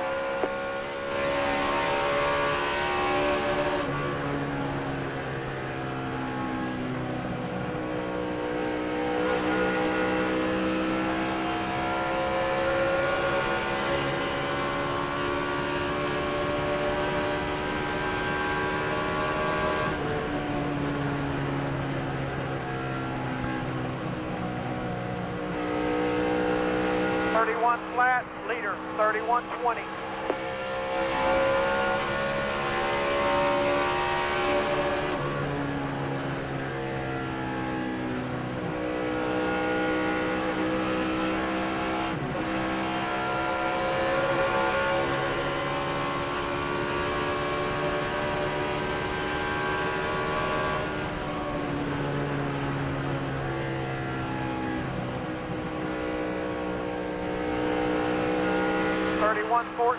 Leader run a 15.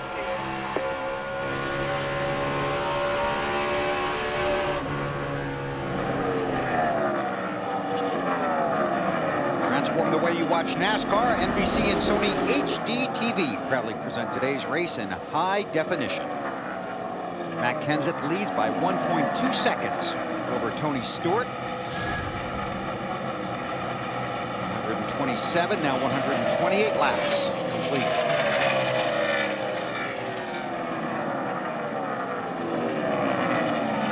You see Kenseth going around in turn 1. Before race, he's picked up some point positions, but I've been watching the score monitor, and I'll tell you, the fellow back in 4th place, Casey Mears, showing a lot of speed. Last time by, he was a 1/4 of a second faster than Matt Kenseth. Nemechek, the 01 car, is already down 1 lap. He will be 2 down when we get. Whoa! Wow! What's that all about? I think he might think he has a problem. There comes Casey Mears, yeah. 41 car. He's Matt, 41 car going to town. BP, he's really moving to the front. In fact, you look at the lap times, one of the fastest race cars, even into the 30s now. You look at the roller coaster week he had last week in Atlanta. but he has really looked strong on these type of racetracks. He loves these high-speed racetracks. The last 6 races, this team has really come on, scoring 3 top 10s, a 10th at Dover, 8th at Kansas, and a 6th at Charlotte. It's the 6 and the 99 teammates battling for position. Wasn't much of a battle, Matt. 99 just goes by Mark Martin. Carl Edwards takes his spot away. I think like the guys are talking about, Mark's not really happy with what he's got right now. No. And, you know, he was so, everyone was so optimistic this morning about the 6 car. Felt like he was going to be the car to beat. It's not working out exactly the way they had drew it up on the drawing board. How about it, Dave? And Bill, he even thought he might have had some contact on the right side of that car that would have caused the handling to go away. A dent. But, you know, just a small dent of some sort. He asked his spotter, Eddie Pardue, take a good close look at it and see if you see anything. And then he said, no, I think you're okay. So it must just be the adjustments that they've done to this car. And again, as I mentioned, they're going to try to take him back out on the next stop. Mark is about 8.5 seconds behind Matt Kenseth. There's Jack Roush. He owns the 6 car. And the 99 along with the 17 and the others you see there. What are you working on, Alan? Just listening to Carl Edwards there a second, Bill, and this unlikely pursuit of a championship continues with a very strong run today. His spotter, Bobby Hudson, just told him over the last 10 laps, you've gained about 10 car lengths on the leader, Matt Kenseth. His crew chief, Bob Osborne, followed up and told him he's running about a half to a full 1/10 of a second quicker than the leader in each of these last laps.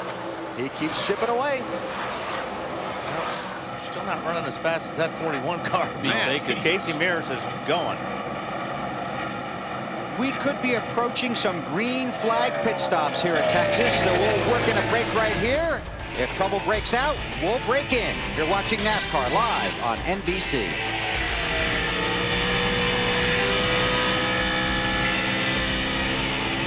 '77. 177. 177. 177. 177.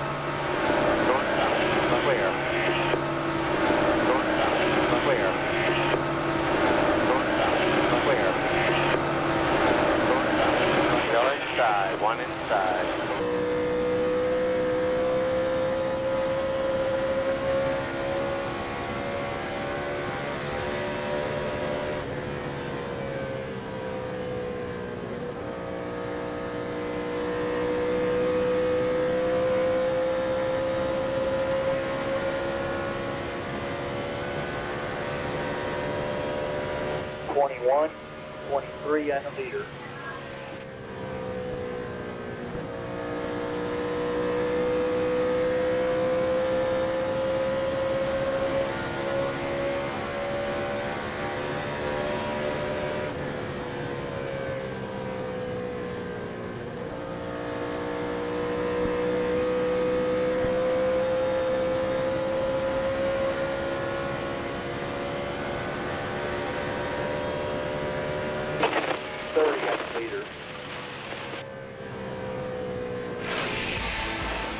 we're getting to the point in the season now where, you know, a win's not as important as just beating the guys that we're racing for the championship with. I hope I have it all figured out. We'll find out before long. Just if the caution flags fall when they need to, and we have a good run, not make any mistakes, I think we'll be in good shape.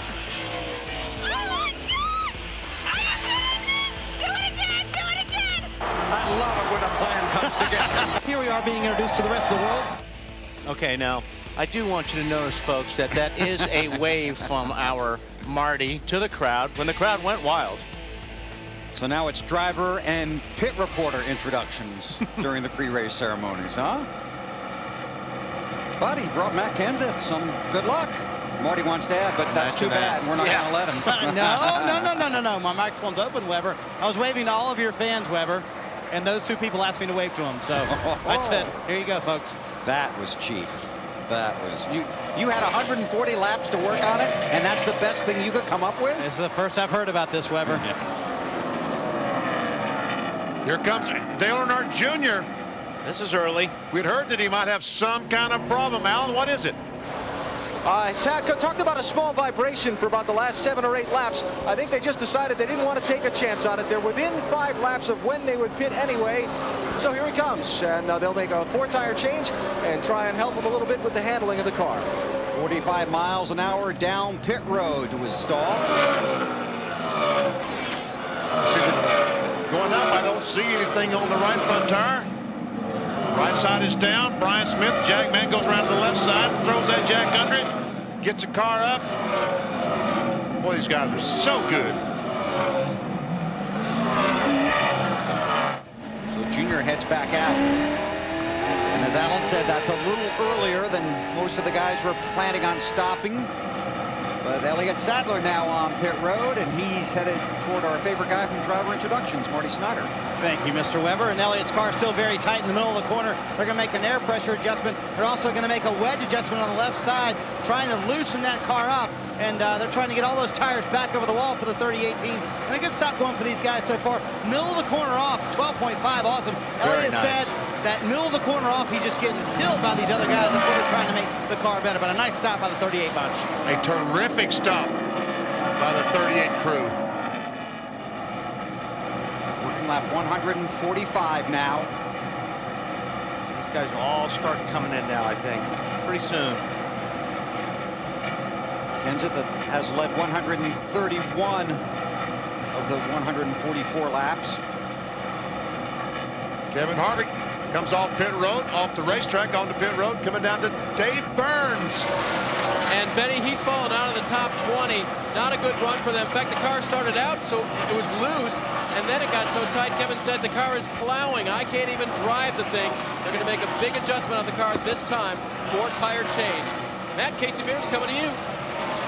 Dave having a great run, very impressive, trying to score his first career win in Nextel Cup. The Target guys up on the wall waiting for the 41 to pull to a stop, and he does. He said the car was near perfect on that last run. No changes for this stop. Marty Forcier, the tire carrier, comes around to Dave.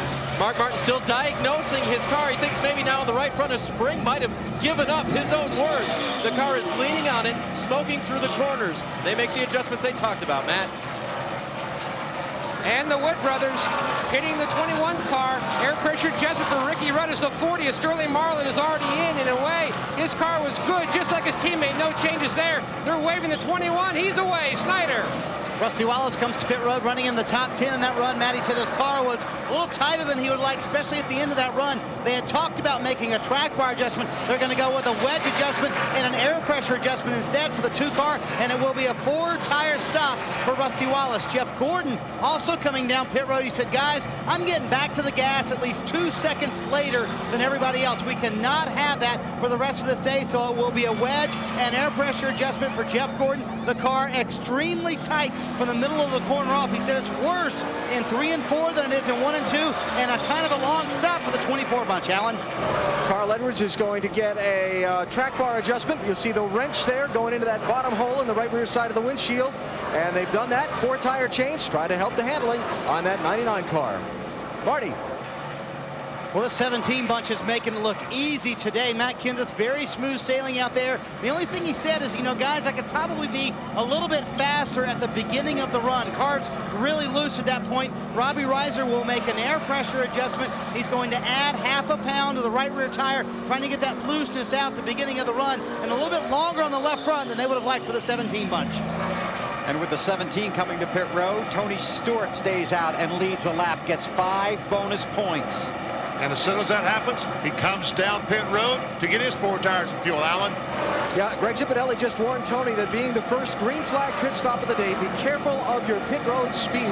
Last thing you want to do is get busted for speeding on pit road and have to come back in under the green flag. A 4-tire stop for Stewart, and they will send him on his way. They're watching for Ken Schrader to try and pit in front of him to make sure they can give Tony a clear route out of his pit and back onto the racetrack. There he goes.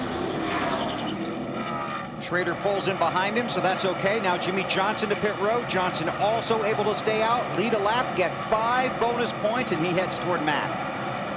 And the Lowe's guys, Bill, up on the wall, waiting for Jimmy to pull the 48 in. He's had great runs here at Texas, never finishing worse than 9th. He was 3rd here in the spring. Now Jimmy says the car is tight all the way through the corner. You can see the wedge wrench in the back window. They're going to make a track bar adjustment, significant track bar adjustment. Timmy Latiga going to work on that left rear, hits those lugs, pulls that off, and he is away. They put a spring rubber in the right rear on this stop. Usually when you see a 17, 18-second pit stop in NASCAR Nextel Cup racing, that means that they made some changes during that pit stop. That takes longer than usual. And that was a long stop. Matt talked about the change they made, so Johnson heads back out.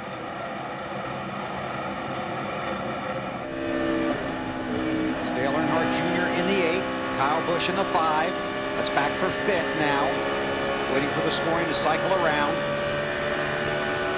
All this happening 151 laps into the race. Kyle Busch, I think, entered when the pit stop started. The 5-car Kyle Busch was running 4th, and he's back in 4th now. So Earnhardt and Busch battle. Matt Kenseth continues to lead. Tony Stewart 2nd. Casey Mears with a strong run to 3rd.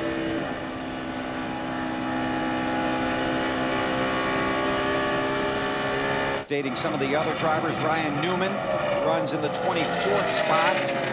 Greg Biffle back in 31st. Alan? Tommy Baldwin, Casey Kane's crew chief, told me this morning, we have got to get a top 10 finish today. They've had to come back down pit road under the green flag for a 2nd stop. They're changing the battery. Some electrical problems on the 9 car. A good day for the 9, the 19, or Bill Elliott in the 91. The Evernham Motorsports rides. Cycled back to Matt Kenseth, the race leader. He has led 137 of the 153 laps here at the Texas Motor Speedway in the Dickies 500. Clear.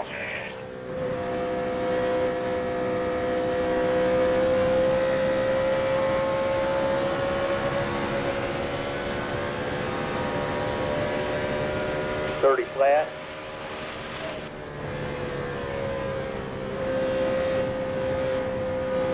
Around this one, you got a big opening.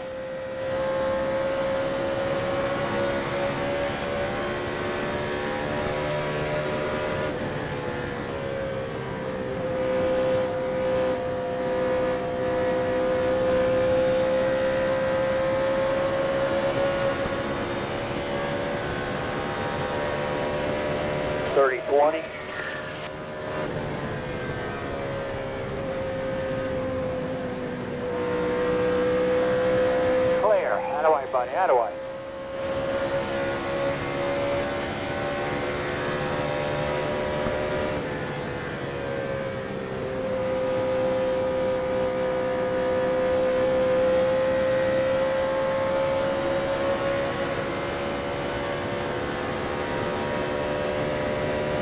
.30, 30.58 on the leader.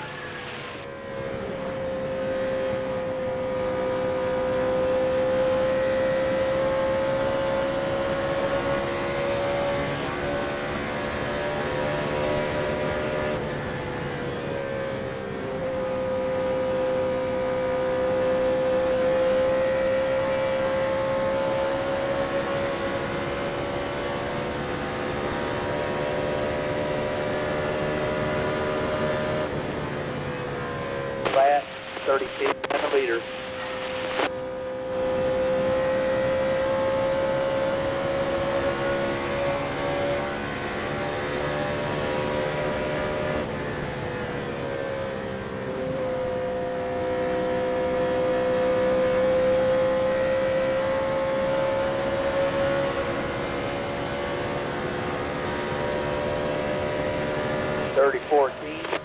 You got the leader.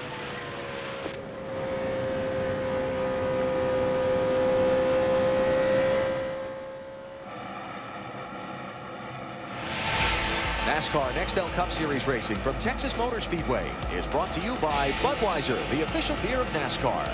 This is Budweiser. This is beer. By Sony. Transform the way you watch racing with Sony, the world's greatest high-definition television. By Propane. Propane exceptional energy. And by State Farm. Great service, great rates. That's why 40 million drivers trust State Farm. Under green here at the Great American Speedway. A lot of things going on. Matt Kenseth continues to lead. There's a new driver in second place. Casey Mears has gotten around Tony Stewart, who slipped to third. There's Casey in the 41 ride. And I tell you what, it's not going to be long till the 41 car takes the lead. Man, he's fast. Yes, he is. The 9 of Casey Kane has gone to the garage. So Mike Skinner, the 37 car, is coasting towards the garage area. Time to work in our singular Race Talk $1,031 challenge question. Which track will Jeff Gordon win on first of the 4 he has not won at? Today here at Texas, Phoenix, Homestead. We'll go back to Chicago to next summer. Vote, text the word race to 191 on your singular wireless phone or go to NASCAR.com. You'll also be entered for a chance to win $1,031. Gordon right now in 23rd position. There's Greg Biffle. He is the first car a lap down. Matt Kenseth is the race leader. There's Carl Edwards passing Mark Martin. Mark still just can't get that 6 car exactly where he wants it. Just went through a round of green flag pit stops.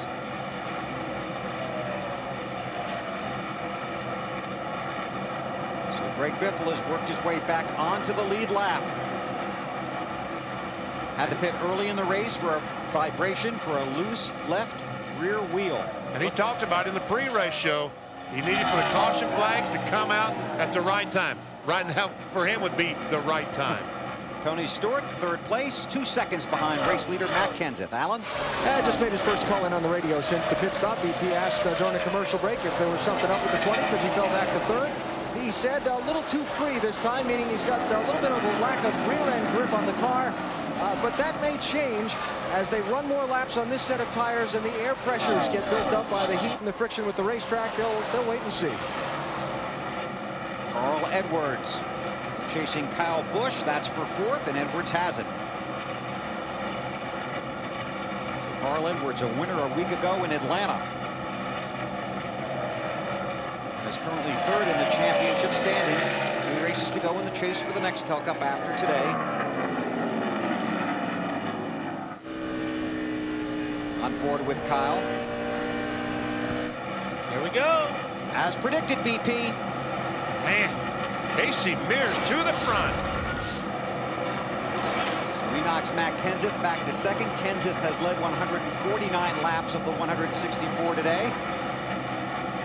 Mark Martin around Kyle Busch. We see the cars going down in turn 1. You see the shadows. Interesting to see as they come off turn 4 if the sunlight is a problem for these guys. On board with Kyle Busch as he follows Mark Martin. Now, here, if there's going to be a problem, it will be here. Yeah, a little bit, not too bad. It's easy for you to say. You're up here. That's right. It used to be a problem, Bill, but not anymore. Dave? With Casey Kane now in the garage area. Casey, you guys are going to work. Are you done or not?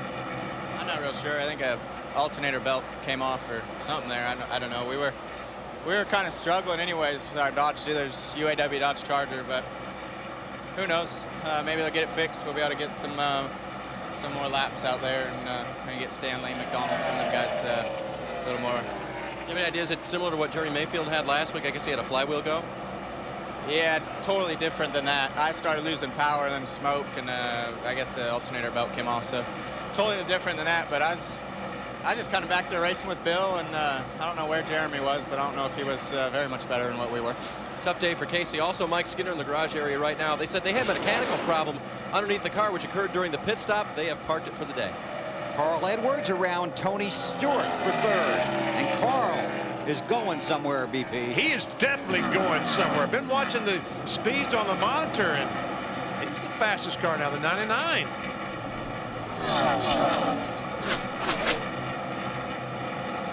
Alan? Well, Carl Edwards being in just his first full year of Nextel Cup racing and contending for the championship, you might think he'd be very nervous about this time of year. But Carl said this weekend here at the Texas track, I don't feel any pressure from the outside. In fact, I'm a little bit maybe too happy-go-lucky. Maybe I'm having a little bit too much fun. Carl, I asked him earlier on Saturday, do you really think you have a shot at winning this championship now that you're 7 races into it? To me, I give myself a lot better chance to win this championship now than I did 7 races ago. And that's just because of the unknown. I mean, you never know what's going to happen and all the circumstances. I still don't think we're as good a team as we're going to be. And if we were to win this thing, we'd be backing into it. But that's not going to stop us from trying our very hardest. But definitely is a different mindset right now than it was at the beginning of the chase. As well it should be. Carl right now came into this race 4th in the championship. He is hanging in there. And guys, he keeps having runs like this. You never know what might happen 3 races from now. How great is that? I mean, how honest is that? If we won it, we'd be backing into it. Tony Stewart continues to go backwards. Yeah. I don't want to go that far. You don't back into a championship these days. Rusty Wallace in 10th. Jimmy Johnson trying to take that spot. Remember, Jimmy Johnson made a lot of changes on that last pit stop. He's now trying to work his way back to the front. And we saw Casey Mears put Biffle 1 lap down. Mears is the race leader. Matt? Just jumped up into the 10th position, Bill. Now, he came on the radio about 7 laps ago, and all he said was loose. And Chad said, that's great. We love loose, because they've been battling tight most of the day. Snyder? Well, Matt, on the last stop for Rusty Wallace, the air pressure and wedge adjustment, he liked a whole lot. He called to the team and said, hey, guys, we made big improvements that time. It's still a little bit tight, but the car is certainly better. Rusty trying to get back in the top 10, and he's had 3 straight weeks of bad luck, hasn't he, Bill? He sure has. Now, Mears leads. Kenseth has led the most laps twice this season. At Chicagoland and at Bristol. He won at Bristol and finished 2nd in Chicago. He's the 3rd driver this season to lead 1,000 or more laps, but right now he's chasing the 41 car of Casey Mears. So Casey been carving his way through the field. Greg Biffle trying to get back on the lead lap. A lot of traffic and a long way to go at Texas.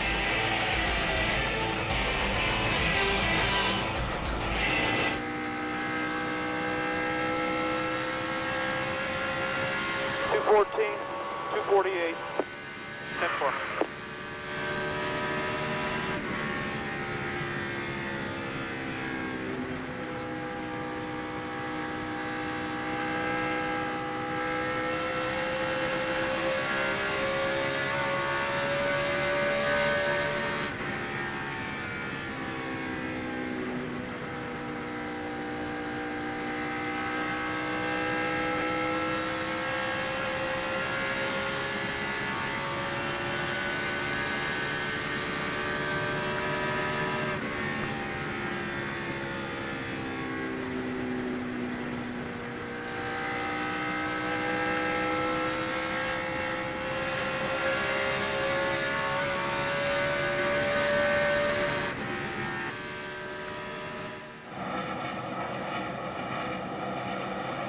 Tonight on NBC, don't miss a Law & Order event, a 2-hour criminal intent movie. That's Law & Order, Criminal Intent, tonight after the live West Wing, 9, 8 Central, right here on NBC.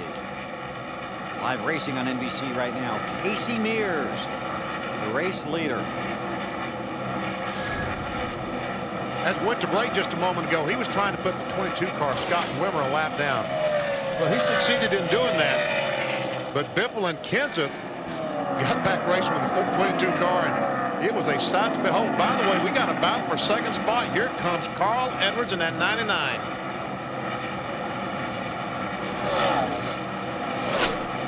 Kenseth, who has led 149 laps today, is going to fall to third.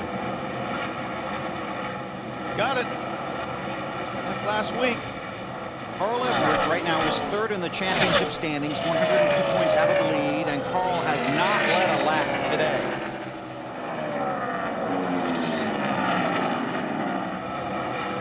There's Greg Biffle, who currently runs 30th, and his tough day got a little tougher, like you were talking about, Benny. There we see him making contact with the 22 car, and he almost spun out down the backstretch to duplicate the spin down the front stretch.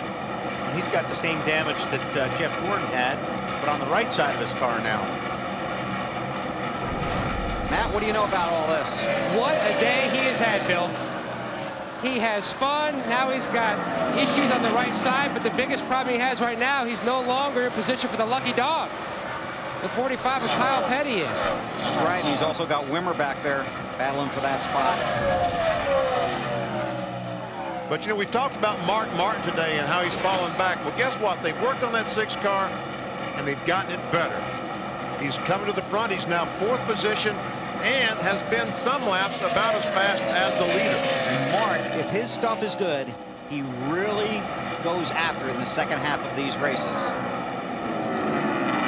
Caution is out. Debris in turn 2. That's probably off of Biffle's car, I bet.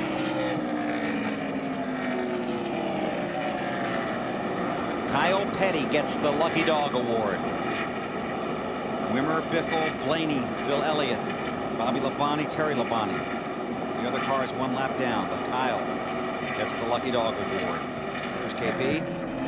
Still trying to put together the paperwork for the sponsorship for both those Petty cars for 2006.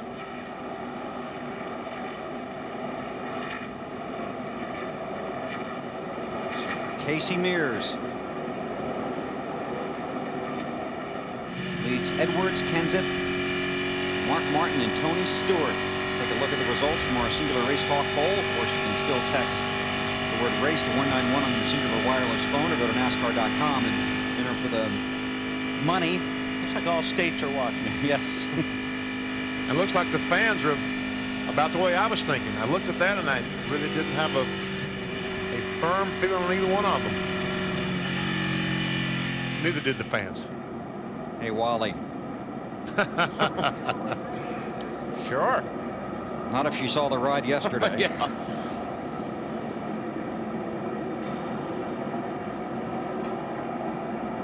Now we got to make sure that Casey Mears and his crew can hold serve when they make this pit stop, change 4 tires, put some fuel in these cars.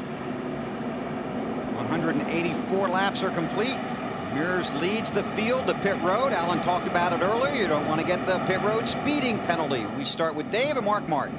He comes to pit road once again, Bill. This time they would like to make the car a little bit free at the start of the run. Pat Tryson saying, I think we run better that way. That'll be an edge, wedge, and air pressure adjustment, Matt. Casey took the lead back on lap 165, trying to keep up with this changing racetrack, making an air pressure adjustment in the rear tires. The car was tight, Snyder. Matt and Matt Kenseth think alike because the racetrack is changing. Kenseth said it's getting tighter. That's what's making our car bad. Half pound on the right front tire. Alan.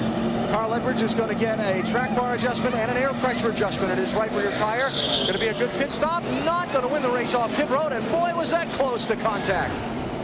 We will have to go to the video replay. The video says Mark Martin. No, the computer says Mark Martin. Well, the computer says Mark Martin. Let's check the video. Are you going to believe your eyes or the video?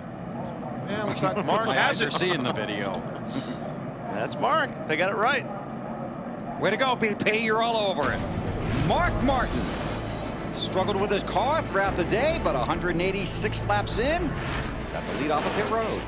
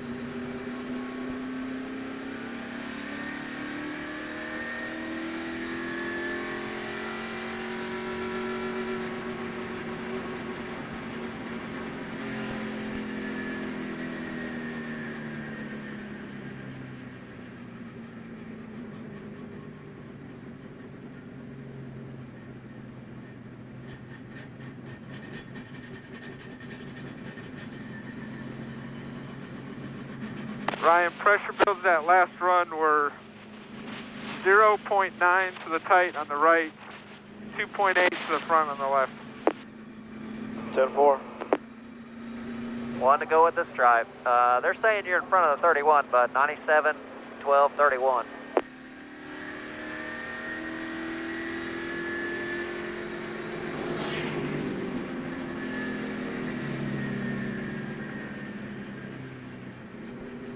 Can you get any pressure out of the front at all, or are you too close? We've only got a pound to work with on the right front. Something in the right rear. I think we're just fighting dirty air. I got you, no problem. Just trying to think up here, that's all. 10-4.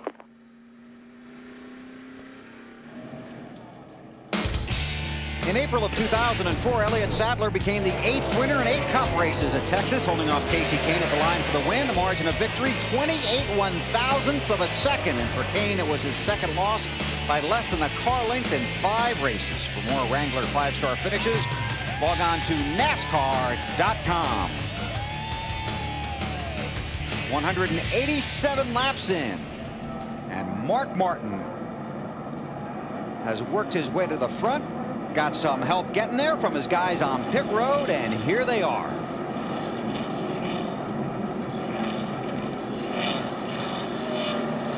Where are they, Bill? They were here a second ago. I just saw them. I can look down there. I can see them from here. Pat Trison and company. Got them on. Maybe they're shy. They didn't want to be on TV. That's what I was thinking. They want to see the restart, then see if we can't find them. How's that, Wally? We'll fix that right now. Mark Martin beats Matt Kenseth and Casey Mears to the restart. 5 bonus points for Mark. Got him under the caution. Oh, Mark slides up the track a little bit. Now Mears slides up the racetrack. He's going to lose his spot. Carl Edwards. Oh, nice. Tony Stewart trying to go on the inside of the 41 car. There he goes. And here comes Tony on the 99 car of Edwards.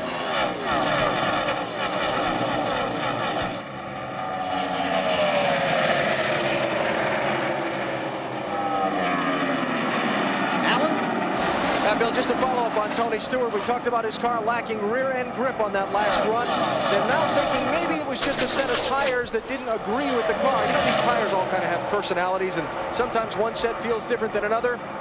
So they're hoping this set will be more agreeable to the way their chassis is set up. Certainly looked like it on the first lap when we went back to green. Dead battery all the way dead. All the way dead battery. 17 car, Matt Kenseth. That's Carl Edwards right in front of Matt, running second. Probably not going to make it to the end because the first one is all the way dead. I got the second one out about my switches off right now. He has gone to the second. The other one ready. Gone to the second battery, turned all the switches off. All the fans that are inside the car. Ray Griffin in that 16 car is not on the lead lap. He and Bobby Labonte in the 18, both 1 lap down. Right now, Labonte would be your lucky dog. So Kenseth, one of the contenders in the chase for the Nextel Cup, started first today after qualifying third. With some issues, Marty. Yeah, Bill, you guys were hearing it go down as the team was hearing about it. I was actually talking to Robbie Reiser when Matt radioed in, and surprise to Robbie. Now, they do run 2 batteries. You heard Matty has switched over to that backup batteries, but we have seen a rash of these electrical problems here late in the season. These cars are just drawing so much more power, Benny, than they used to, that they're draining these batteries and these alternators so much more quickly. Well, what's happening, they've had a rash of tire problems. So a lot of teams are putting blowers on the front tires with fans to blow air on them to try to keep them cool and keep the tires living a little bit longer. When they do that, that draws a lot of juice. That second battery is your insurance policy, hopefully, to be able to switch back to it. So we'll keep an eye on Matt. He's got Greg Biffle, his teammate, right behind him. Biffle desperately trying to get on the lead lap. Mark Martin continues to lead. His teammate Carl Edwards is second. Mark out front. His pit guys got him there. Wally, here they are. Pat Tryson, Malvern, Pennsylvania. Scott Bowen, Winston-Salem, North Carolina. Todd Ziegler, Fort Wayne, Indiana. Andy Rieger, Seymour, Indiana. Will Smith, Seymour, Indiana. Drew Blickensderfer, Mount Zion, Illinois. Rick Machinsky, Toledo, Ohio. Danny Eklund, Green Bay, Wisconsin. Wayne Deloria, Biddeford, Maine, now Hickory, North Carolina. And driver Mark Martin, right now 4th in the championship standings, 123 points out. 4 times he's finished 2nd in the championship standings, has never won the series title. Dave? And Bill, you know they were working on the car, Mark, feeling like maybe the right front spring had given up. The adjustment they've been using most today is a wedge adjustment. That changes the attitude of the chassis a little bit, and they feel like that might be bringing it up off of the right front fender just a little bit. So Mark no longer complaining as much about that and really feels like the car has come back to him. A lot of guys in the garage thought Mark Martin would be the guy to beat today, and right now he's out front. Jimmy Johnson, Elliott Sadler. Moves Johnson to 7th. Sadler thinking about trying to get it back, but won't. Jimmy sets off. What? Is that a tire rub? Yeah. Left front tire rubbing the fender. I think both of them were at that time, Benny. I get smoke coming out of the right front as well.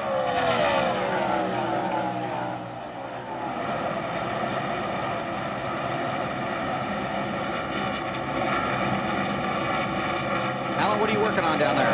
Looking at Carl Edwards, he lost a spot or 2 on that last pit stop, Bill. He's since made it back up to 2nd spot when Matt Kenseth slipped back. But Carl was talking to his team about having trouble getting around Dale Earnhardt Jr., who was parked in the pit box in front of him. I can't stop on a sign when it's that far forward, Bob, in that situation. We got to move it back. You mean too far forward from the start-finish line?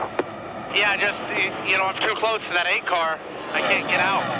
The problem is you slid through the board, bud. Oh, 10-4. All right. Oh, well, never mind.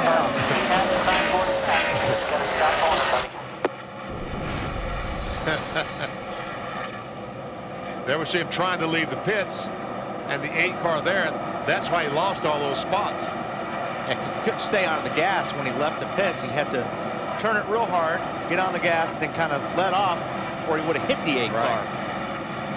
But they had the pit board out for him, and when he came into his pit stall, instead of stopping on the board, he slid through it. And in the meantime, he just passed Mark Martin and got in the lead. Tell you what, he's loving these 1.5-mile racetracks. And I'm sure that Mark Martin did not contest that battle for the lead very hard. It got Carl 5 bonus points for leading a lap. Here's how it went. On the backstretch, we see him pressuring the 6 car, and Mark just says, okay, you're faster than I am at this point in time, go. With 130-plus laps to go, Mark's not going to contest that, as Benny talked about. Dave? And Mark just radioed radioed his crew chief Pat Tryson. It just gets tighter and tighter. Means the car doesn't want to turn as well. And guys are starting to watch the weather here as the shadows come over the track. This track will tighten up. In fact, Kyle Busch, one of the cars earlier, talking about putting a spring rubber in the right rear just to keep up with that condition as the conditions change out here. Marty? Dave, just an update on the 17-car Matt Kenseth. Robbie Reiser has conferred with the Roush Racing engineers. They should be able to run, he said, 2.5 hours on that one backup battery. Matt radioed back, said, I'm on battery number 1. I'm going to run that out until it's completely gone. Then I'll switch over to the second battery. So they're fairly convinced they'll be okay. No concern right now with putting a new battery in. Bill? Thanks, Marty. We'll keep an eye on that. More than half the track now in shadows as we race from daylight to darkness at the Texas Motor Speedway. Carl Edwards, the leader.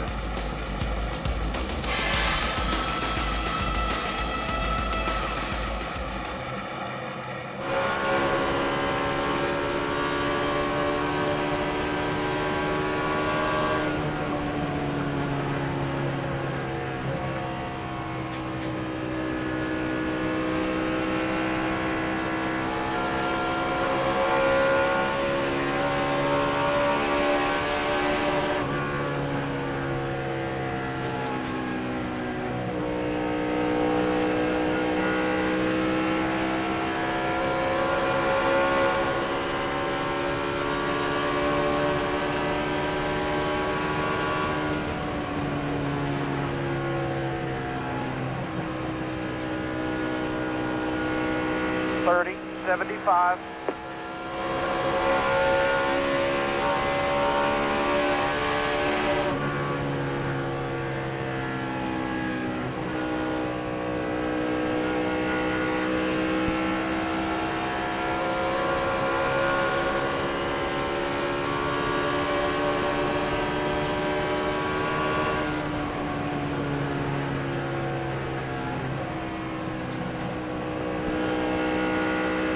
$30.79.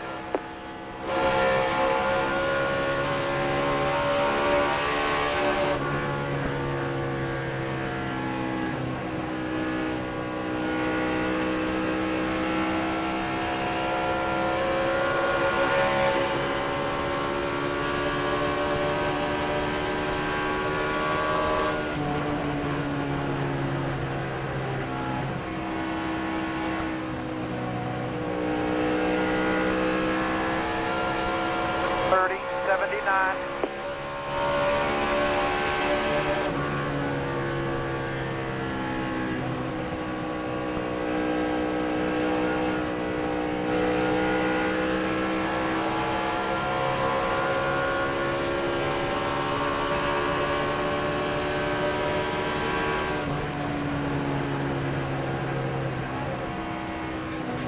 Still there. You're clear. Clear one back and pulling away here. 30.98.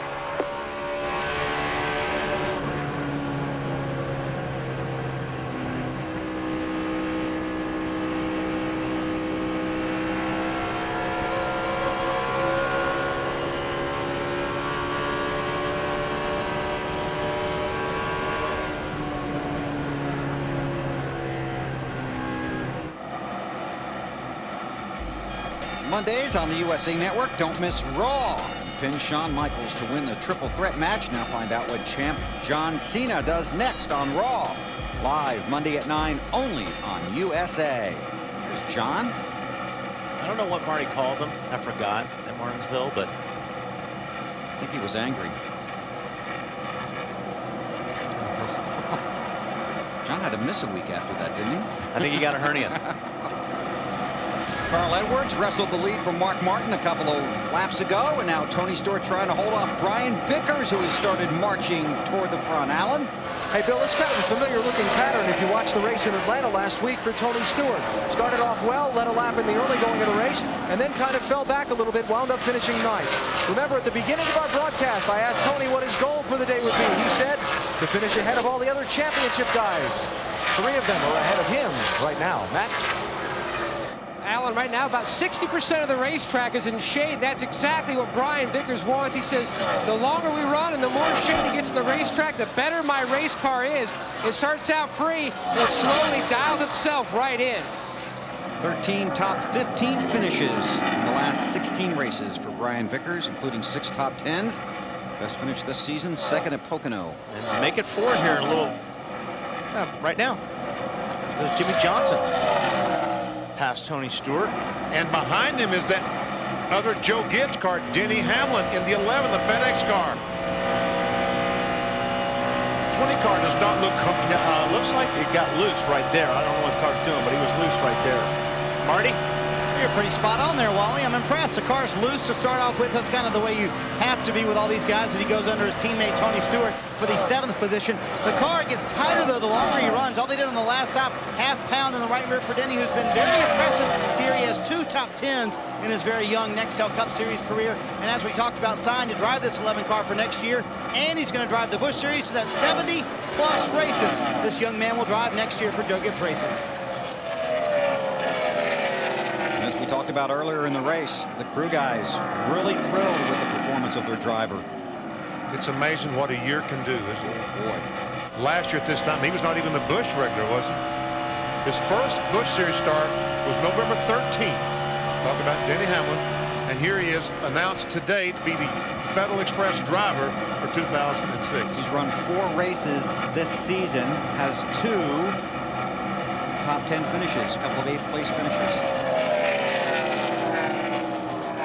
I guess you could say he's really delivering for them. Huh? See if we can't duck in the Aflac trivia question here. Benny? Oh, that's good. In the truck, please cue the duck. I know we have something interesting to tell.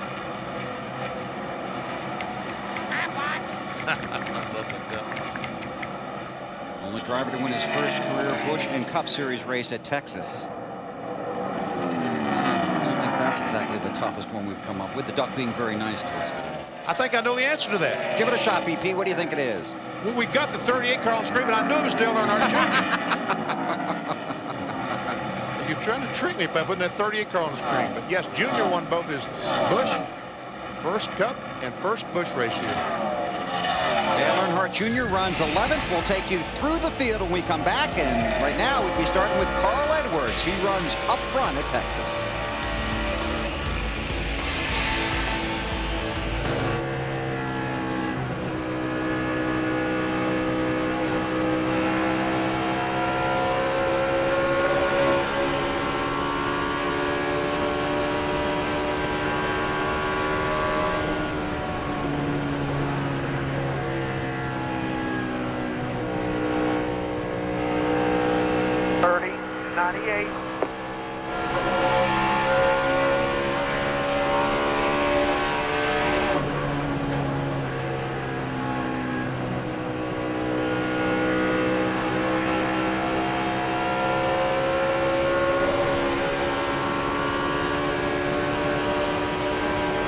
Still there to your door. Now you're clear, all clear. Back inside by himself.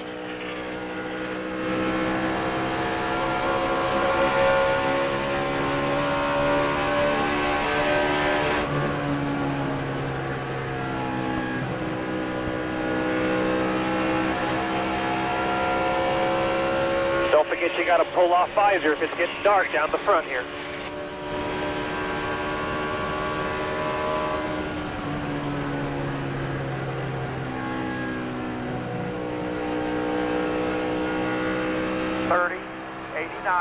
Leader runner 82, lap 247, Joey. Okay.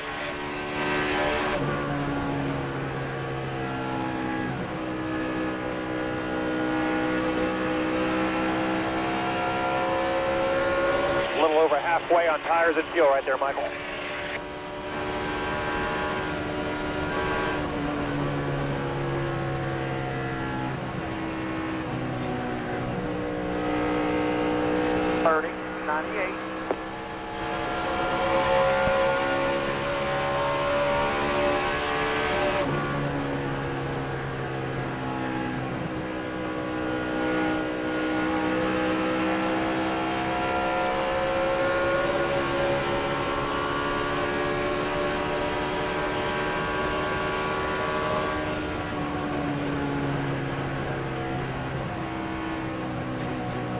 Still outside there. Clear behind him.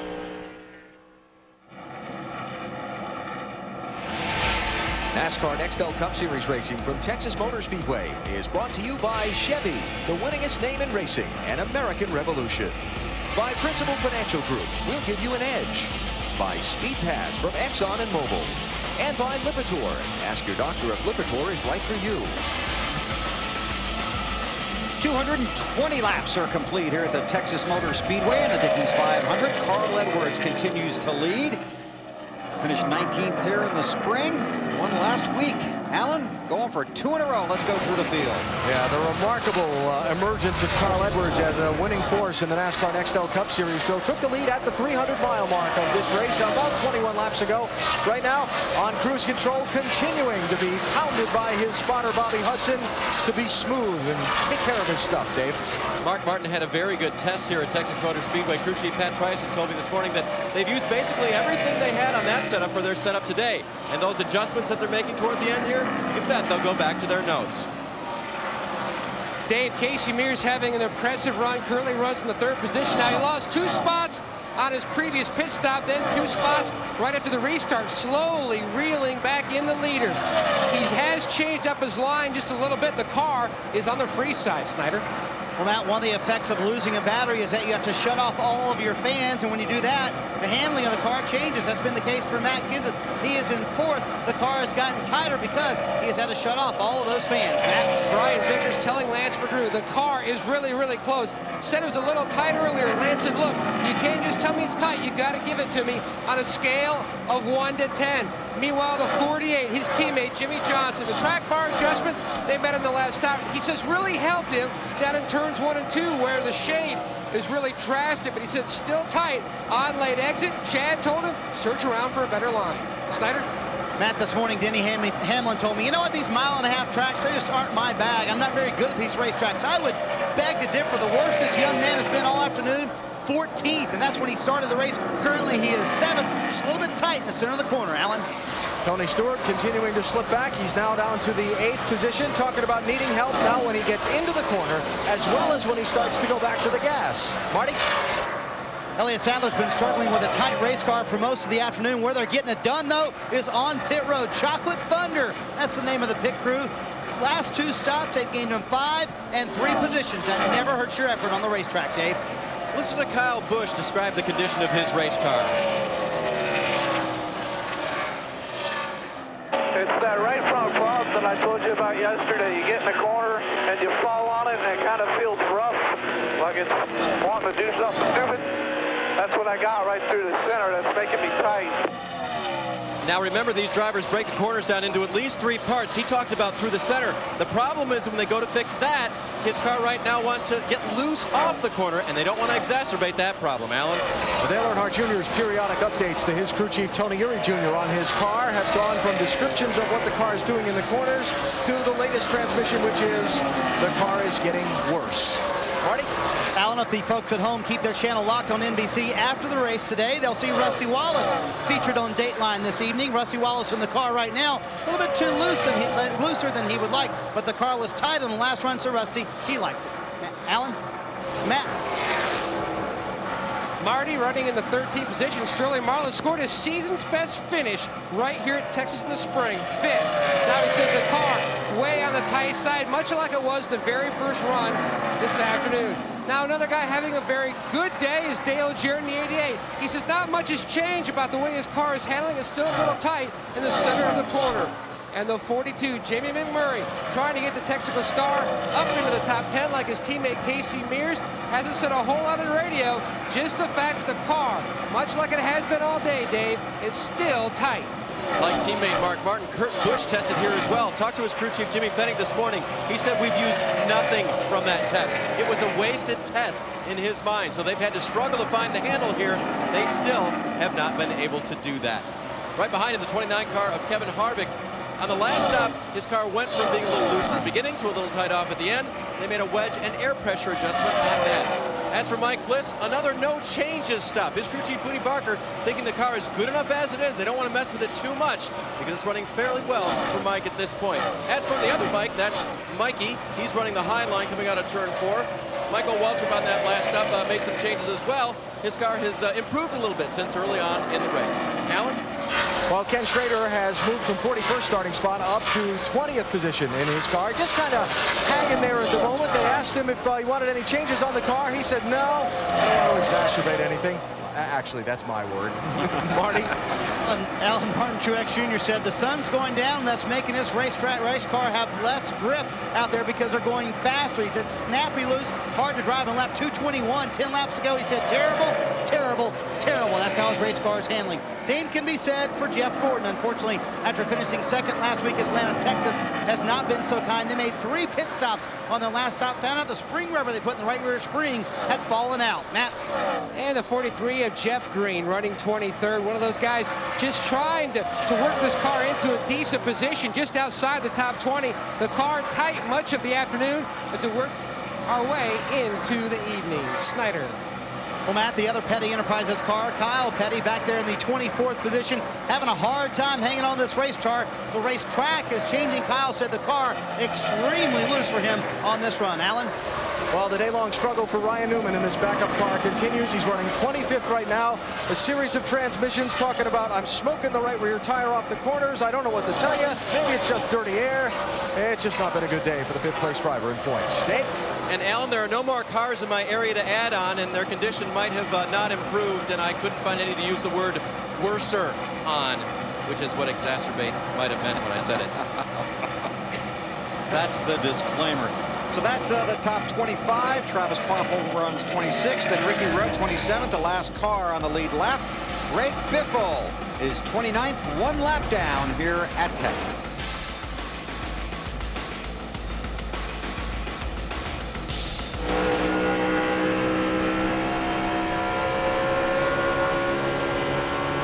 What? Just wanted to know if you were still tight. Clear high, you're clear of the 18.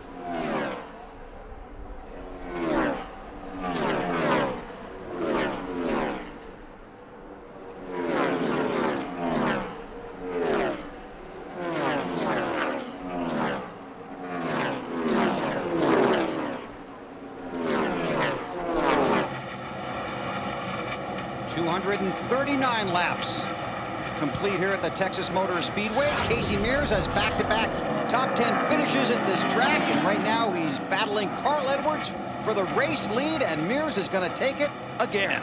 He made up 3 or 4 seconds on the 99 car of Carl Edwards to take this lead. He had a rough restart after that last caution came out.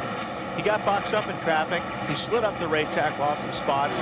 I think his car takes a while to get going, too. So, really, the 41 car needs this race to stay green as long as possible. The 21 laps earlier in the race, Casey did. There's Ryan Newman just in front of Casey Mears, about to go a lap down, currently in the 27th position. Casey has worked his way forward. Mears was 4th here in the spring and 7th in the spring race of last year.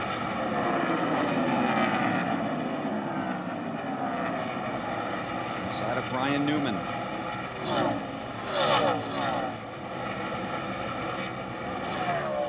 This is a good run for Mears. Edwards 2nd, Mark Martin 3rd, Matt Kenseth 4th, Vickers 5th. Whoa! Man, I'll tell you what, Mears just about got wrecked on that deal. And Carl Edwards is back in front, and Casey Mears is trying to get his breath back. He goes back to the 3rd position.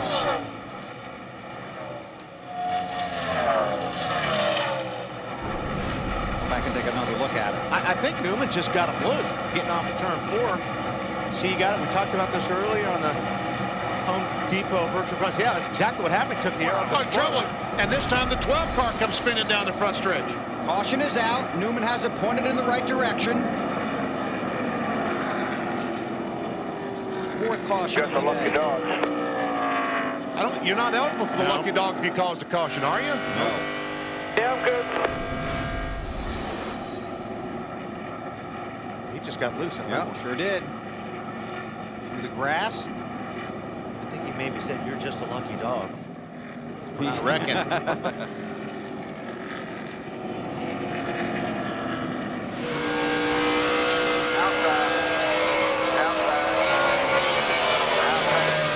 They're coming outside. Keep it down if you can. Tell you one thing, when that thing came to a stop, he did a great job in not going all the way around. Sure did. Good job, Ryan. Saw a couple of guys yesterday put it in the wall after that happened.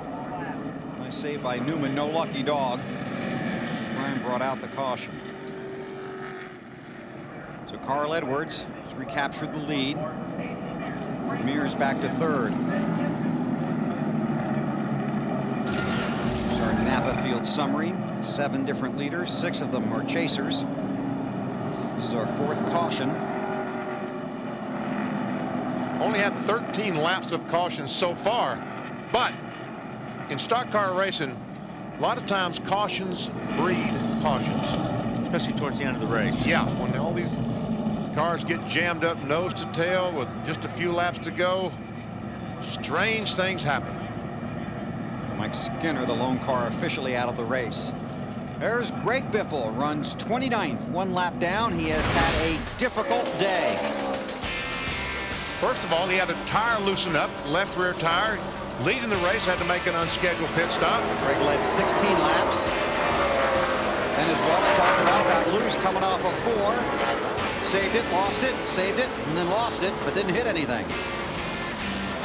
And then that's trying to get by the 22 car. He and Scott Wimmer got together, and see the damage on the right side of the 16 car. Field to pit road, we start with Dave. Oh boy, Mark Martin wasn't sure he wanted to make this adjustment. The car went from neutral to just a little bit loose at the end. They will take a quarter round up on the left rear wedge. That'll make it a little bit looser. Mark thinks he can handle it, Matt.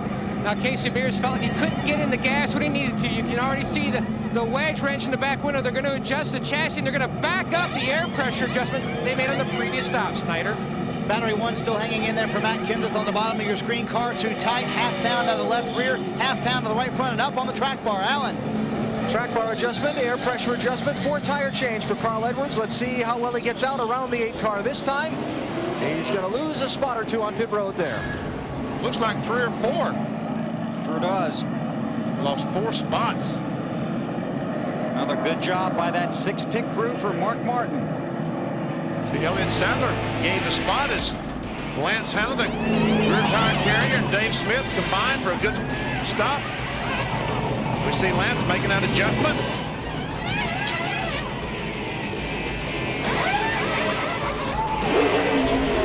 Bunch getting the job done for Elliott Sadler.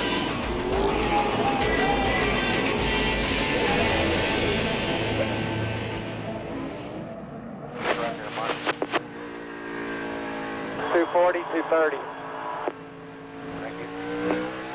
And the whole track is shaded right now, Tony. About 5 or 8 minutes ago, the whole track is shaded. Still got your shade on your helmet, Mike? No. Okay.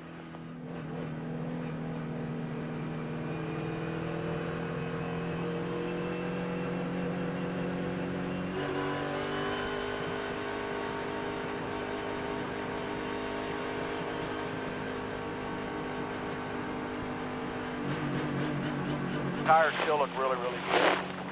No wear, no bad wear anywhere at all.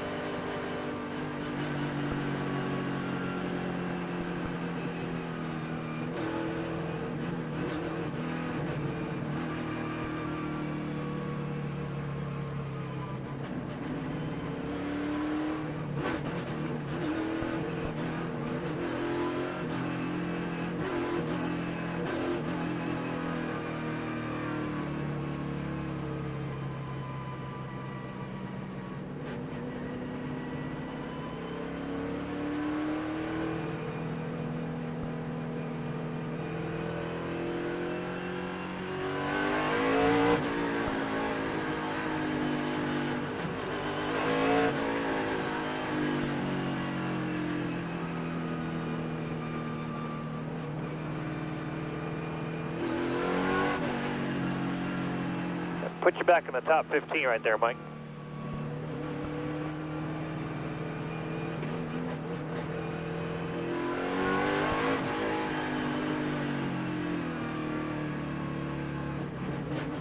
Really on the outside of a top 14. Yeah, I'm staring right down to the first 14 guys right now.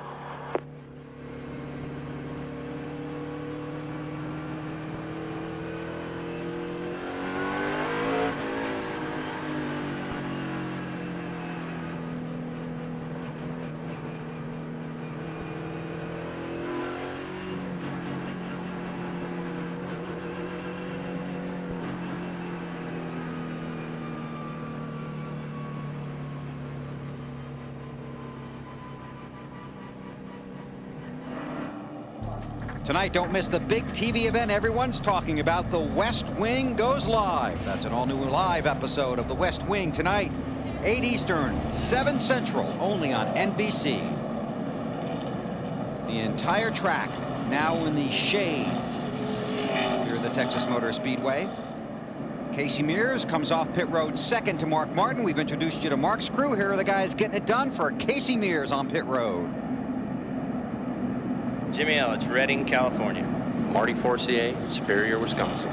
Bobby Burrell, Hot Springs, Virginia. Sean Pete, Nanaimo, British Columbia. Alex Janchuk, Syracuse, New York. Jason Sheets, Carmel, Indiana. Les Huntley, Renwick, Iowa. Eric Hoyle, Asheville, North Carolina. Phil Horton, Lenore, North Carolina.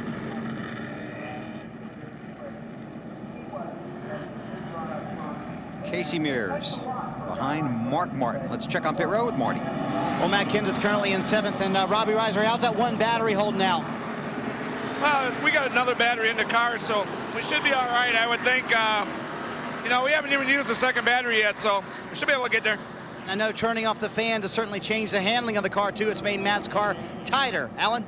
Championship leader Tony Stewart's crew chief is Greg Zipadelli. Greg, you've slipped back here in this middle part of the race. What's Tony saying about your car? It started out real tight, so we kind of aggressively adjust on it, and then we must have went overboard, or I'm not really sure. That first set of tires we put on was a little tight because it's free, so we've kind of gone back to basically where we started. We got a little better there. It was just too free to take off, so we're kind of trying to marry the two setups where we started and some of the adjustments, and hopefully we'll get this Home Depot Chevrolet back up there. It's not far off. It's just there's a lot of good race cars out there now. All right, thanks, Greg.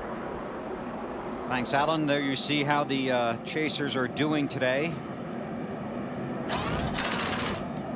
Mark Martin, the race leader. And now that the racetrack is completely in the shade, things are going to change. At Casey Kane and Mike Skinner, 2 drivers out of the race. Finished for the day. Mark Martin won here in 98, takes them to the green flag on the restart. See if Casey Mears' car is any better now on a restart if they've adjusted for it, or like we said earlier, look, his car takes a few laps. He's going to get some pressure right away. It looks like Vickers in that 25 car. Well, Vickers came off turn 2, looked to be much faster than Mir. He's on the inside trying to take that second spot away. Vickers on the inside. And we've seen that be trouble a couple of times today. Man, how about that 25? What are they saying? Well, BP, remember we told you earlier he could not wait for the sun to go down completely because he felt like down in turns 1 and 2 where there was shade earlier in the race, that's where his car worked the best. And think back to the Lowe's Motor Speedway in May. He won the All-Star Challenge Open event in darkness, a similar layout. This team really wants to go out of 2005 with a victory to complete the cycle. Hendrick getting all the cars in victory lane for owner Rick Hendrick. Tell you what, that time by, he was faster than the leader, Mark Martin. Tony Edwards has gone by. Denny Hamlin taking over a spot. Didn't he? Yeah, I think he made up the drive. Oh, did I? Yeah, Tony Edwards. Oh, there you go. I meant Tony Stewart. I knew what you meant. A lot of them out there. On board with Joe Nemechek. There's Edwards. And yep, here's his slipping back a little bit. Once again, just can't get started on the restarts. And he started second, and he's already a second and a half behind Mark Martin, and that's the thing. You're losing so much ground to the leader. It's hard. It takes such a long time to make it up. But when he gets going, he's wise, but he needs it to stay green a long time. Here's already 1.8 seconds now behind Mark Martin. And when this sun goes and cools this racetrack off, since the green flag, Mark Martin, Brian Vickers have all run. Carl Edwards, they've all run their fastest lap of the day. I heard Carl thank his mom. If you were with us earlier, before they went green to start the race. That's his mother, Nancy Sterling. Carl talks about how she's been the biggest influence, the biggest supporter of his career. 3 wins this year for Carl. Comes in off the win at Atlanta.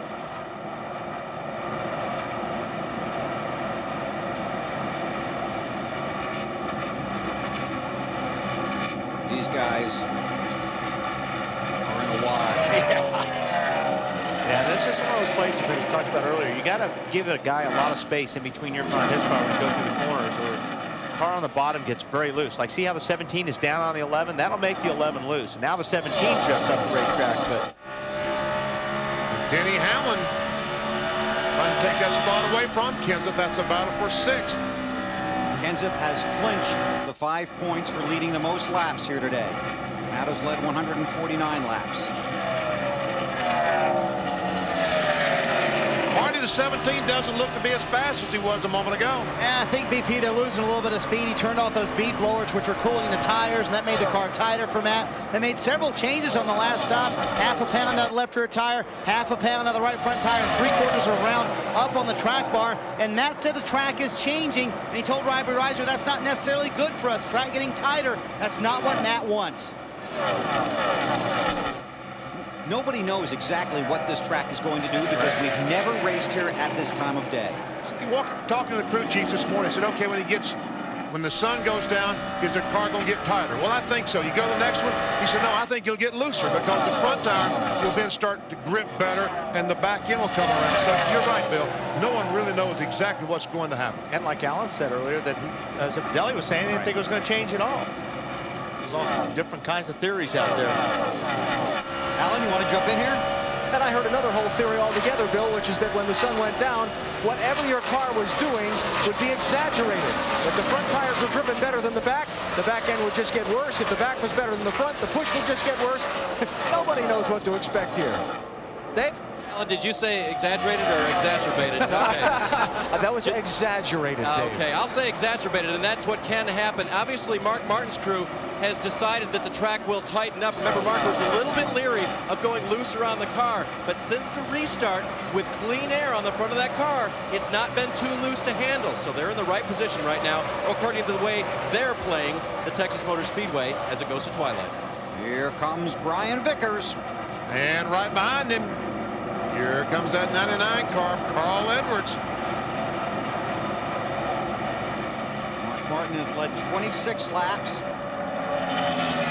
Vickers does look pretty strong right now. Working a little bit different line than Mark Martin is, and it's working for him because he's making up a lot of ground. Especially getting off of turn 2 and 4. It seems like the 25's got a pretty good run. See how hard Mark makes him work for the pass. I bet it won't be too hard. 74 to go. Still got a lot of race yet. If this thing goes green, just one more pit stop.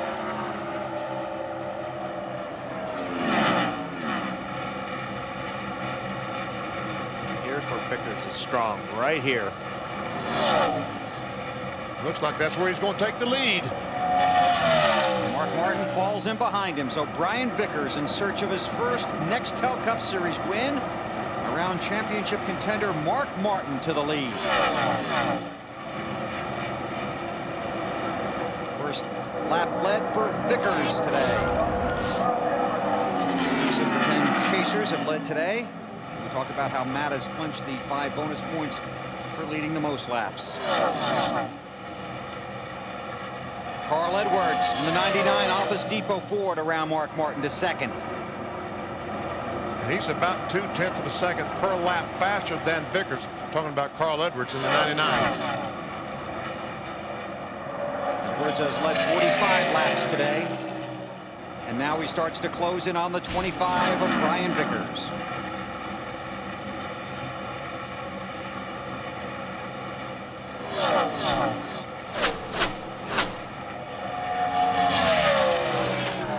Vickers, Edwards, Mark Martin, Casey Mears, Tony Stewart, the top 5 at Texas with 71 to go.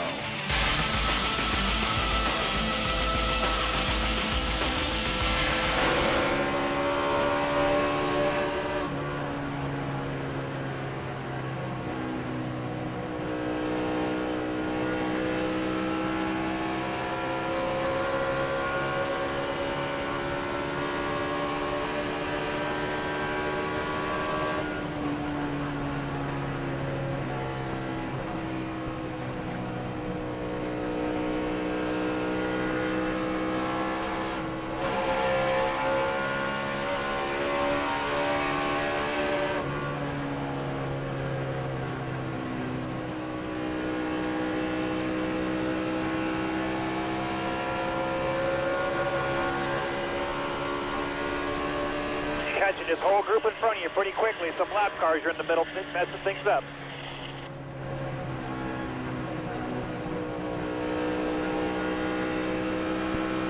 Lap car up high here, holding things up, the 01. Lap car on the bottom as well. There you are, there's the bottom one.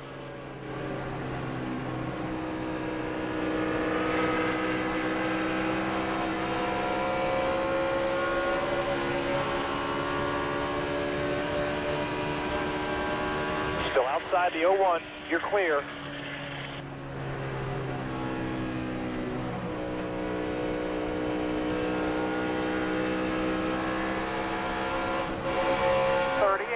Go get them all, man.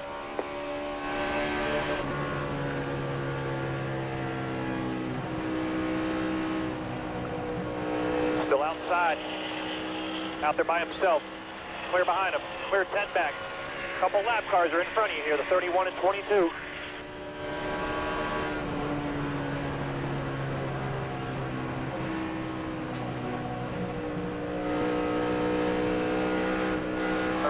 Flat. It is starting to cool down rather quickly as well, Michael.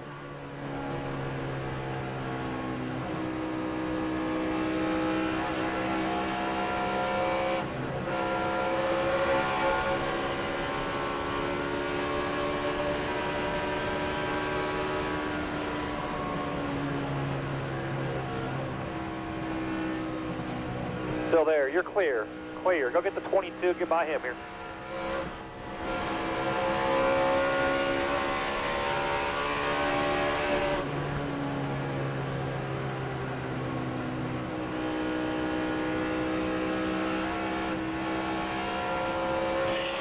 Laps right now, 64 to go.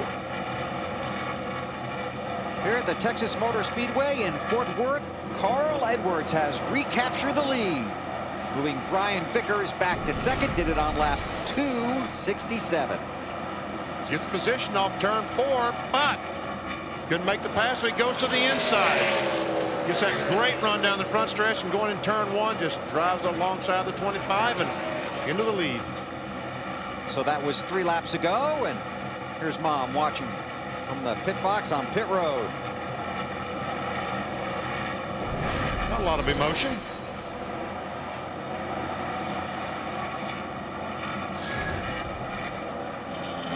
Carl, after the win at Atlanta last Sunday, 87 points behind third in the championship standings. Alan, he looks pretty strong right now. Yeah, a very good race car, Bill. You know, he lost a few spots on that last pit stop. Actually, the last couple of pit stops. The first time we heard and we showed you how Carl kind of took that one on his shoulders. This time they had a little bit of trouble on the pit stop. Crew Chief Bob Osborne giving the crew a little pep talk on the radio just after the stop, saying, guys, we can get this done. Let's go do it. They're getting it done on the track. The last pit stop, though, will look big for this race team based on the last couple. And now Mark Martin trying to close in on Vickers for second. And I would just think that AB's talking about the pit stop. I think these guys, they want to make pit stops because the faster this car is, they come in, they have that buffer on everybody else. So they want this thing to stay green real bad. Points as they run right now. 61 laps to go.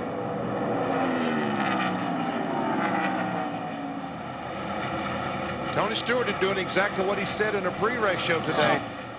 He just wants to beat all the rest of the guys trying to chase a NASCAR Nextel Cup. Only Carl Edwards and Mark Martin are beating so far. Alan? One word to describe what's going on with Tony Stewart, BP. Better. We heard from Greg Zipadelli a little while ago. They've gone back closer to the chassis settings they started the race with. Tony has moved up to 4th position in this run. Does he have enough laps left, and does he have enough cars to get the rest of those guys in the championship ahead of him? And the question is, can Casey Mears make his car better here as we go along? Looking for the 48 of Jimmy Johnson, Matt. Bill, just like last week, as the race gets closing in on the final laps, Jimmy Johnson started to struggle last week, faded back to 16th. He is fading tonight because the car is loose in and tied up. Now they pulled a spring rubber out in the last stop. He said it did absolutely nothing for me. Battle for second place, but he said it has made me worse off turn 2. He lost 28 points last week, losing more points again as Mark Martin dives on the inside of Vickers, who says his car is just way too tight on exit. And that was pretty close coming off of 4. Say 25 was pretty sideways getting off of 4 there. He did a good job hanging on to that race car. But Mark has made a lot of ground. All of a sudden, it was like the 25 just lost a lot of ground. And I'm sure that Brian Vickers in that 25 car is saying, what in the world are those guys at Roush doing to make those cars handle so well? Well, Brian Vickers isn't the only guy in the garage. So. Well, that's true. So Mark Martin, 1.6 seconds now behind his teammate Carl Edwards. Matt?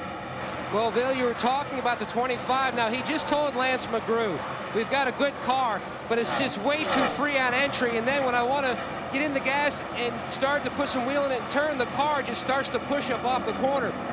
He's having a good day. You asked about Casey Mears in the 41 car. His car is loose and just getting looser.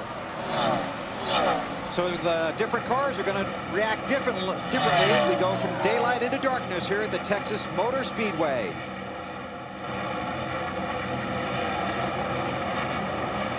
Up front, it's Carl Edwards. Has led 55 laps so far today. Won last week in Atlanta, trying to win today at Texas.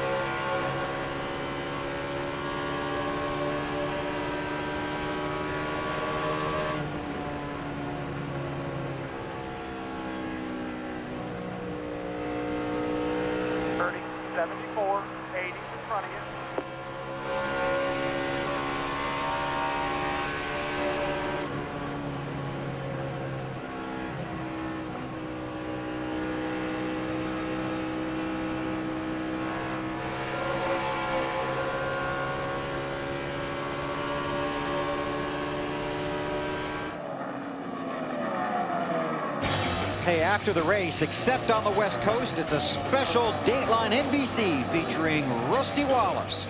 The 89 Series champ talks about why he's retiring and a whole lot more. That's Dateline NBC coming up after the race on the East Coast and 7 o'clock out west. Rusty running in the 10th spot right now. Everybody chasing Carl Edwards. Let's go through the field. Starting with that 99 car, Alan. Well, obviously, when you're leading, things are looking pretty good. Carl Edwards right now trying to fend off those behind him and maybe even pull away from those who are trailing him. One more pit stop to go. They're already chatting about what adjustments they might want to make there, Dave. Mark Martin said in final practice that he was feeling even better than Atlanta, and also that he was looking for something they had found in the test, and they hadn't quite found it yet this weekend. Asked Pat Trice this morning, he wouldn't tell me. He said they went back and forth a little bit, not sure if they did find that certain something or not, Matt. Now, Dave, Brian Vickers would love to join Ken Schrader and Jerry Nadeau's drivers who scored their first career wins in the 25 car for owner Rick Hendrick. The car still tight, especially from the center to exit of the corner. AB. Tony Stewart has settled in fourth position, ahead of all but 2 of those chasing him for the championship right now. Stewart's car lacking a little bit of rear-end grip here as we work with 48 laps to go, Matt. And Alan, it's like flipping a light switch. The 41 just seems to come to life. He doesn't fall off as much as some of the other cars. He was over a second back from the leaders now, just 5.16 seconds. The car not as free. Snyder? Well, Matt Kenseth accomplished goal number 1. That was leading lap, and goal number 2. He's led the most laps. Now, goal number 3, it's going to be a little more difficult. Goal number 3 was to win the race tonight. Matt said the car is neutral, but since it's gotten dark and the track has gotten cooler, the other guys have a bunch of speed that we don't have all of a sudden. That was his report to the team. Denny Hamlin, 24-year-old Virginia native, doing a very nice job. His car was tied on the last run. They have now made it loose off the corners. Earlier, he told the guys, just stop talking. I'm trying to concentrate. Matt?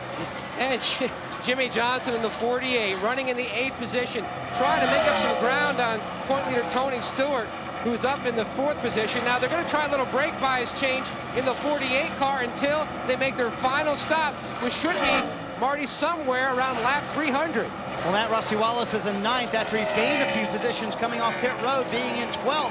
Rusty admonished the crew, saying, you know what, guys, we keep losing spots on pit road. We've got to stop that. There's a battle for the lead, Bill. Mark Martin has caught Carl Edwards. Whoa, a little bit loose there for Mark. Off of 4. So Michael Waltrip, oh, he got spin off turn 4. Caution is out. What is that, Biffle? It's like Biffle again, yeah. What a day he's had. And Jimmy Johnson is caught on pit road. Well, he came down pit road to avoid the accident. Right. And he will get his position back because the field is frozen when the caution comes out. I saw Michael Waltrip slow off turn 4 the lap before that, but he looks like he's up to speed now, Dave. Michael reported back to his crew as they were trying to assess what was going wrong. Bolts are good, a lot of things are good, motor's bad. And then he got the report back, yeah, Michael, sounds like we're blowing up, we're done here. So that was the last I heard before we started spinning on the front stretch. No lucky dog because Greg Biffle, who brought out the caution, was the first car scored off the lead lap. So Biffle, who's worked all day to get the lucky dog, is unlucky again. We can see what happened here. Wow.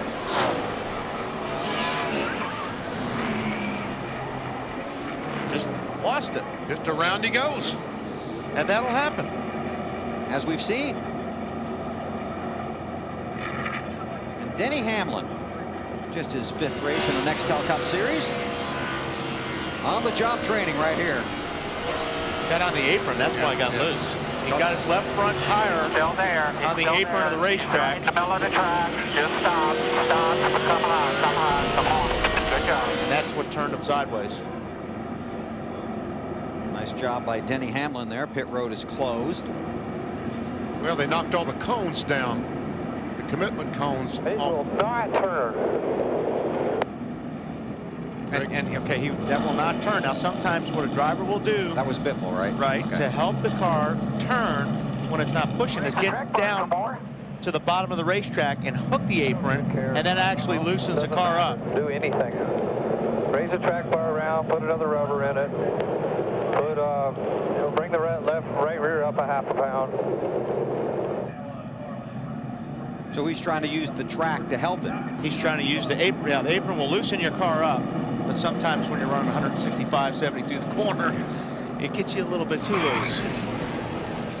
We leave here, we head for Phoenix. NASCAR Busch Series racing from Phoenix, presented by Walk the Line. That's Saturday, 3:30 Eastern on TNT, and we're back on NBC next Sunday afternoon.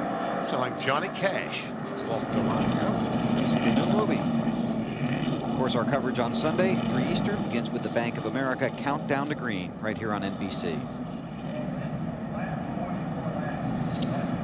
43 laps to go. If it stays green, this is your last chance to make your car better.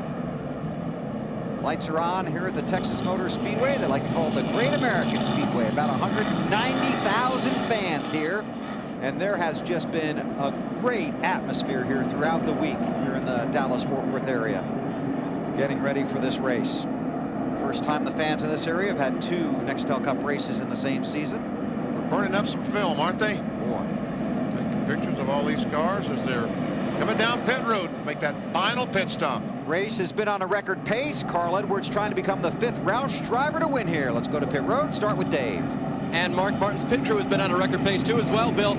Twice today they've given him the lead off of pit road. They're going to make that wedge adjustment one more time to loosen up the car just a little bit more. Matt? The biggest issue for Vickers is that you've got to fix my tie-down exit. Also, the light came on underneath the oil pressure gauge. They are concerned about that. We'll follow up more on that later. Snyder. Matt Kenseth, bottom of your screen, the 17 car said I'm a little loose off the corners, and he said they quarter round up on the wedge. Alan? Wedge adjustment for Carl Edwards. Crew's chance to be a star. They've lost spots on the last couple of pit stops. How's this one's going to go? Oh, it's close. Like Tony Stewart. Tony Stewart looks like the man. Greg Zipadelli's guys get Stewart off of pit road. So take a look at the video. Fantastic job. Just barely meets Mark, but he beats him. Well, should be interesting.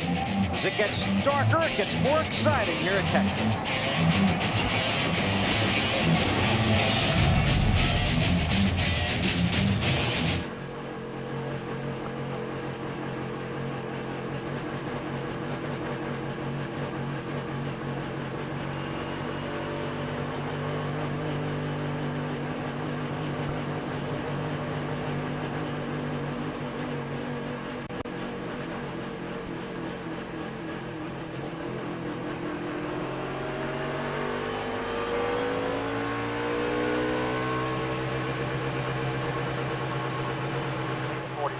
Stay out, try to leave left, stay out there.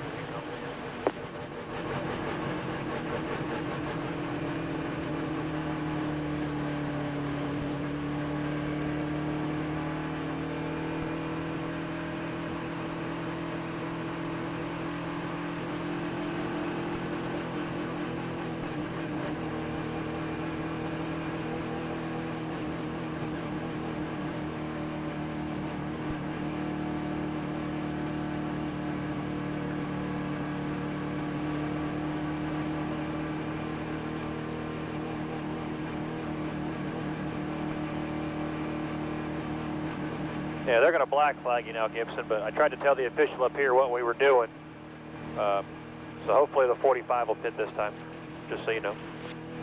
Yeah, I just want to get credit for one lap.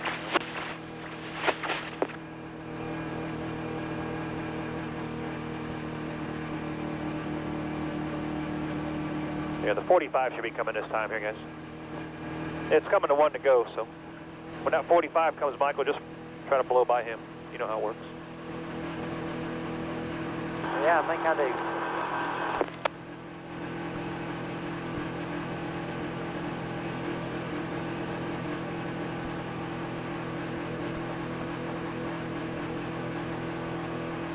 Yeah, you're way ahead of him, Michael. There you go. Thanks.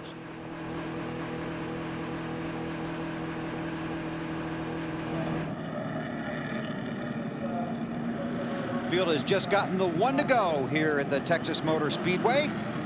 You can see how the conditions here have changed.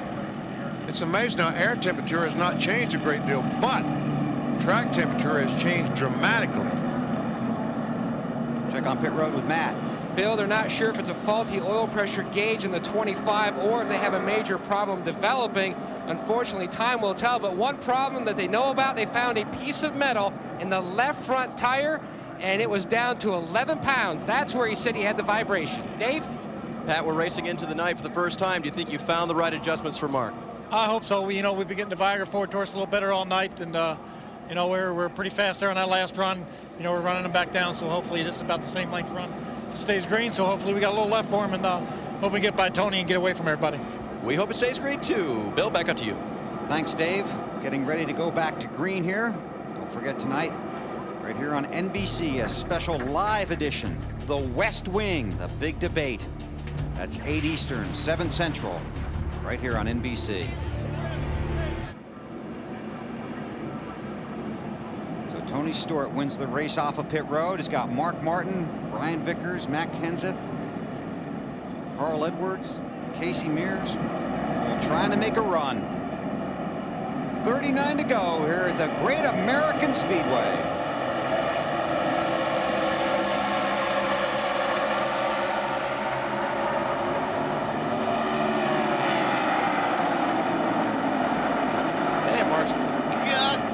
He had him clear BP. He really needed to get Newman clear. He tried his best. He tried his best to get the 12 car off the gas. Did not quite work. Because the longer he stays side by side like that, Tony Stewart's going to keep on stretching out that lead. So he needs to get past Newman. This will do it.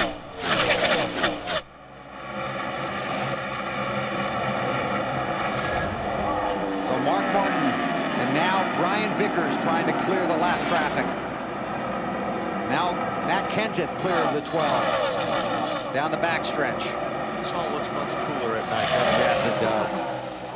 And Carl Edwards, a 99 car, who was the leader, or I guess running second when they made these pit stops, trying to get by the 12. And those sparks, that's not something wrong with the cars. They're just going down and dragging the racetrack. I thought you were talking about the flashbulbs going off. It's spectacular here right now. Carl Edwards. On board with Ryan Newman. Newman is the first car lap down, but watch as he comes off of 4. The sparks off the car and the flashbulbs in the stands here at Texas.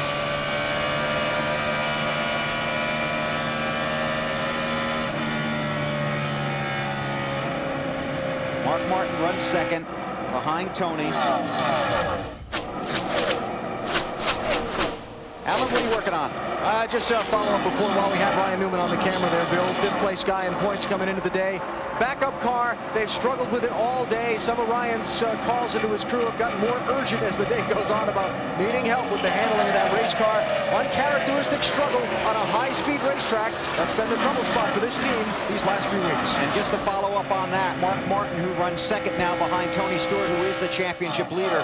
Mark obviously trying to win the race, but his championship chances might be determined by how he fares on this track today, if he can get around Tony and pick up the win and some more points. I mean, with Tony Stewart running out front, he's going to bury a lot of guys tonight as far as their championship hopes. Kenseth and Brian Vickers. This is for third. Edwards watches. Carl Edwards is a second and a quarter behind Tony Stewart. What are you listening to, AB?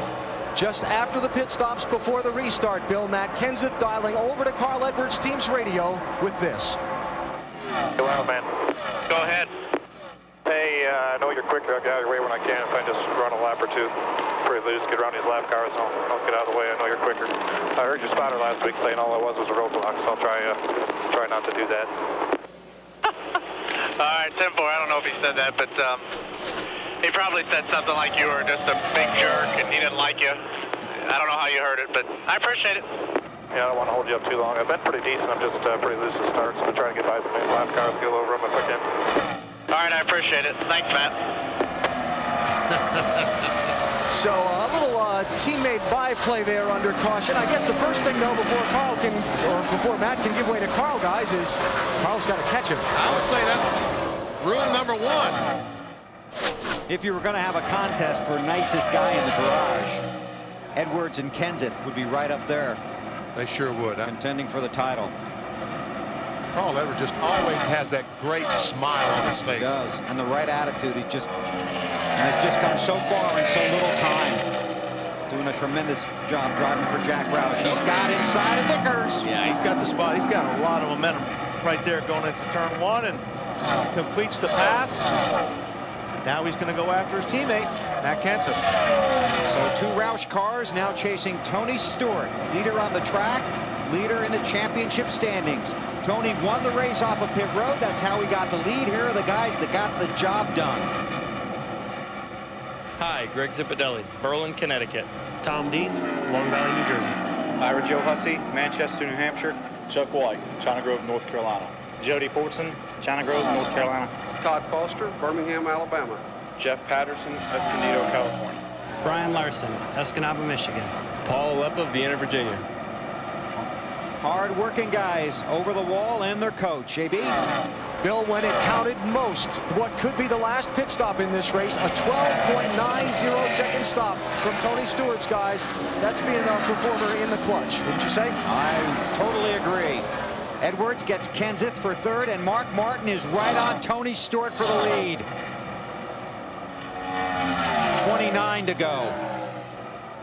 And he knows, I think Mark realizes he's got to go and make up all the distance he can between himself and the 99 car, Carl Edwards. You're exactly right, BP. He's got to get by Stewart and go. And Mark's searching there. He's been running the low line at 3 and 4, and now he went up high to take a look to see if maybe he could use that to pass the 20 car of Tony Stewart. We are on a race record pace here at Texas. Casey Mears, whose car gets better the longer they run. Now for the lead, Mark Martin. Oh, he just blows by Tony Stewart. But here comes the crossover. Oh, he gets him loose. Gets him loose. Here comes Tony Stewart back. This is why 190,000 people are here today from 50 states and 12 foreign countries. Almost made some contact, those two cars. So Mark will have to go to work again. Mike said earlier, he better hurry because Carl Edwards is in their mirror. Mark moves over, Edwards goes by.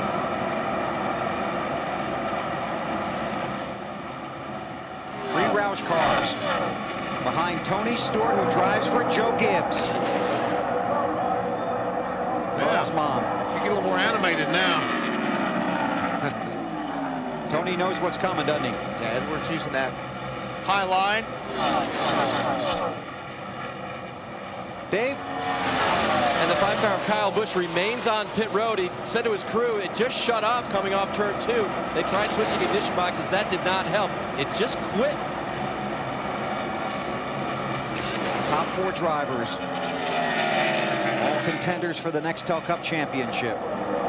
Wouldn't be surprised if the 5 car didn't break a camshaft timing belt, something like that. Carl Edwards is moving again. Flying right now. Oh! Trying to do it on the bottom.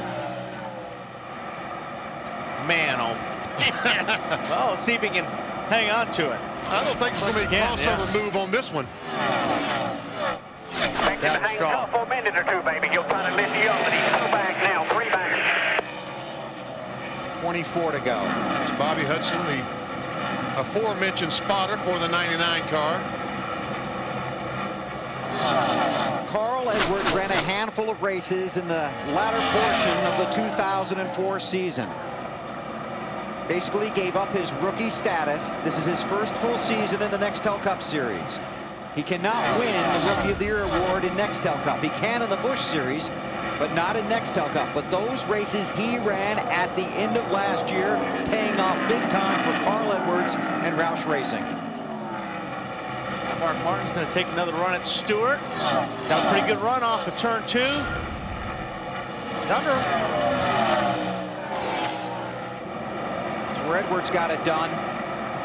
Mark passed Tony. And this time Mark did not drift up the racetrack to allow the 20 car to get back on the inside of it. You're the man.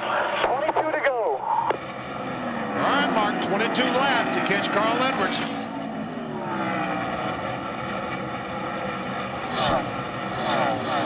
Championship standings as they run. 2 races to go after tonight.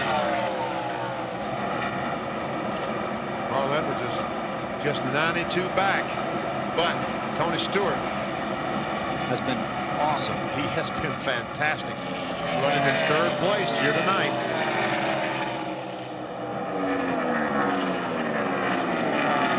About to make that 4th spot as here comes a 17 car.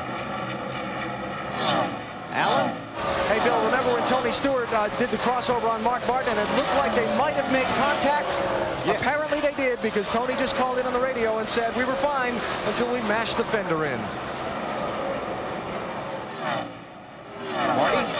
Well, Bill, you can feel the intensity not only pick up down here on pit road, but in the drivers' voices, including Matt Kenseth, who gets better the longer he runs. Remember, he told his teammate earlier, I'm loose to start with as he passes a 20 car, but the longer I go, the better I get. That may play into the 17's hands, Matt. And the car that's starting to get into the picture there, you see him, the target car, the 41 of Casey Mears. He has slowly reeled them in, one of the fastest cars on the racetrack. In fact, his team told him, you can see he's moved up to the Carl Edwards line as he slowly reels in the 20. In fact, the last time a car number 41 went to victory lane, BP, one of your old favorite racetracks, Rockingham, October 1965, the late Curtis Turner. Oh! Yes, I remember that. I thought the 41 car was going to get loose there off turn 2. Did not happen. Outstanding run for Casey Mears. At times today, the 41 car has been the fastest car on the racetrack. Has led 23 laps today in that 41 target machine. Stewart now runs fourth. Tony had that 25th place finish at Charlotte. Those 4 top 10s in the last 5 races. If he keeps doing that, it's going to be almost impossible to beat him. And we all know he runs well at the 2 tracks left, Phoenix and Homestead. So I take you on a mini through the field here. Start with the 99 of Carl Edwards, Alan. What a rocket ship for a race car is all I can say, Bill. Overcoming some issues they have had in the pits during the day today. Each time clawing his way back to the front. Carl less than 20 laps away from a win, Dave. Start of the day telling you how Mark Martin said he would drive until he was 60 if he could have a car like last week at Atlanta. Wonder how far he'll go after this week. Marty? Well, Matt Kenseth has done everything he could today to try and gain some points in the championship standings. He has led the most laps. Problem is, Tony Stewart is only 2 spots behind him. Hard to win the championship when the man you're trying to beat is also finishing in the top 5. Matt. Back in the spring, right here in Texas, Mears goes down to the bottom, scored his best career finish in Nextel Cup, a 4th. That's where he runs right now, trying to reel in that 17. Alan. Tony Stewart has fallen back to 5th place, still though ahead of Jimmy Johnson by a couple of spots, protecting most of his championship lead, and the yellow's out. Debris in turn 3 brings out the caution. And we talked about pit strategy. Well, I'll tell you what, if I was Casey Mears, the way his car's running, I'd stay out no matter what anybody else does. Because he's got his car fast right now, and the tires are on. 15 laps to go. This is the tricky part. What do you do? Because when you're the leader, everybody's going to pretty much do the opposite. There are we got a kid here. Put tires on it. 23 cars on the lead lap. That was 99 ready. We heard Bob Osborne saying, let's roll. 6 or better will win it. We come out 6th or better, we'll win it. Another question is, will they get it restarted before 10 to go? Will it be single file or a double file restart? And what will the guys in the back who have nothing to lose do? I think they'll get started double file. I think they will too. That means if you come out 6th, yeah, you don't have much time. All right, here we go. Pits are open. Stay out. No, here he's coming. 6 stayed out. Carl Edwards just made it inside the commitment cones. Oh, is Mark Martin, the 17 cars out, Casey Mears? That's what I would have done if I was Mears. Matt. Bill, the bottom of your screen, the 48 Jimmy Johnson slides to a stop in his pit box. Now they made a track bar adjustment and air pressure in their last stop. They were running in the 7th or 8th position right near the end. They should pit, get fresh tires, take another shot at it. AB? 2-tire stop for Carl Edwards. Tony Stewart is down and away. We'll check and see what he did. I went to the 99 pit, and they did just rights only. My guess is that's the same thing that Tony did, because they left about the same time, Alan. They were afraid to change 4 tires and lose too much track position. Now, what would help Mark too is Kenseth stayed out, Mears stayed out. That helped Mark. Right side tires only for Tony Stewart. Dave? Well, and Mark and Pat Trison talked it over. Mark said, I'm sure whatever we'll do is wrong. That sounds like Mark. Well, and because it's burned them before. Forget where it was now. Atlanta. That's right, Atlanta last year. Hurt them when they did not pit. This time, they feel like it was the right call. Mark reiterated that when he called back to Pat and said, right call, guys, let's win. I think I will agree with that one. Yeah, good move. Boy. Well, it's going to be thrilling to watch the final laps here at Texas. You'll see it live on NBC. Roland, can you pasted on the pace car, please? Sure will. 5, 3, 2, 1.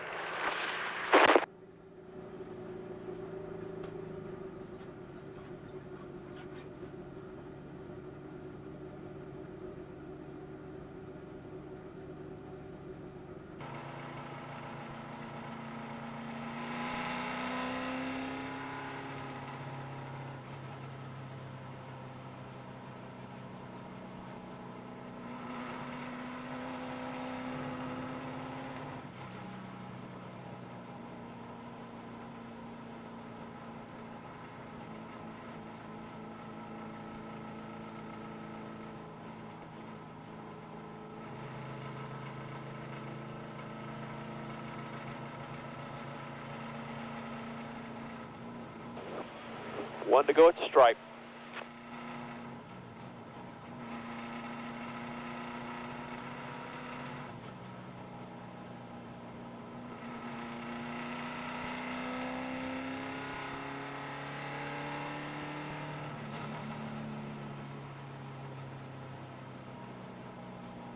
Finger down start or no? No, it's going to be a double up. There's 13 laps to go right now. You're coming, it'll be 12.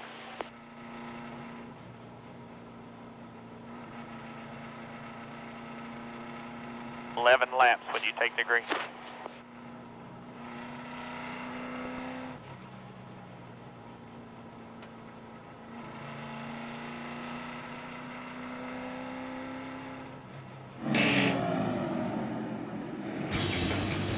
Coming up after the race right here on NBC, it's Dateline NBC. Included in that, profile of Rusty Wallace, his final year in the Nextel Cup Series. And after that, a live West Wing and a Law and Order special movie. It's all coming up. Big night right here on NBC. We're live at the Texas Motor Speedway in Fort Worth, Texas. Getting ready to go back to green. Let's check with Alan. Hey, Bill, a tough call for crew chief Bob Osborne, right? You got to make sure you get off pit road first. You saw some guys not pit. You already know you got your work cut out for you. So they chose to go with the right side tires. Carl's going to line up 6th on this restart. And a couple guys right behind him, or at least the one behind him, Tony Stewart, also right sides only. How quickly can Carl work the traffic? Does his car handle as well on just the new rights as it did just before the pit stop? And another thing is going to be the driver's approach to these final laps. Yeah, he's got his work cut out for him because, you know, if Mark clears Schrader quick, that's going to buy him about 2 or 3 laps as far as having Edwards catch him. So we'll see. Mark Martin, Matt Kenseth, Casey Mears, Rusty Wallace, Sterling Moreland all stayed out. 11 to go at Texas. And Mark knew he had to do that and did it. Got it done, so now he needs to go. Now Sterling Marlin has cars going by on the inside, outside. So does Rusty Wallace. Tony Stewart's on the inside and Carl Edwards on the outside. Those tires make a huge difference. That's Schrader in the middle. Bobby Labonte in the 18. Casey Mears up high. There's Edwards in the 99. Mark trying to break away with Kenseth behind. And Tony Stewart had to back up and follow the 99 car around the Blaney 07.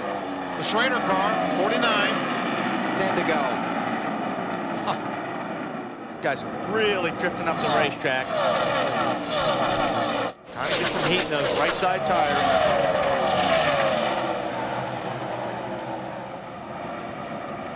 Blaney in the 07 behind Stewart.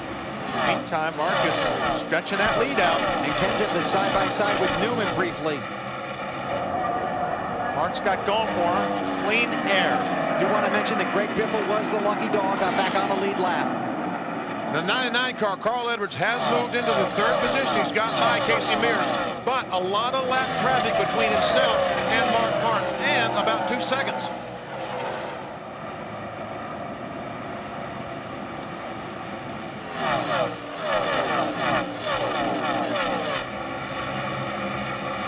Eight to go. Now Newman. This is going to hang Mark up a little bit if Newman passes. Mark Martin will get his lap back. And you know that Mark Martin is saying, Ryan, please don't be messing with me. Ryan Vickers has fallen back to 22nd, had to make a second pit stop for loose lug nuts. This is Newman to get back on the lead lap around Mark. Mark lets him go.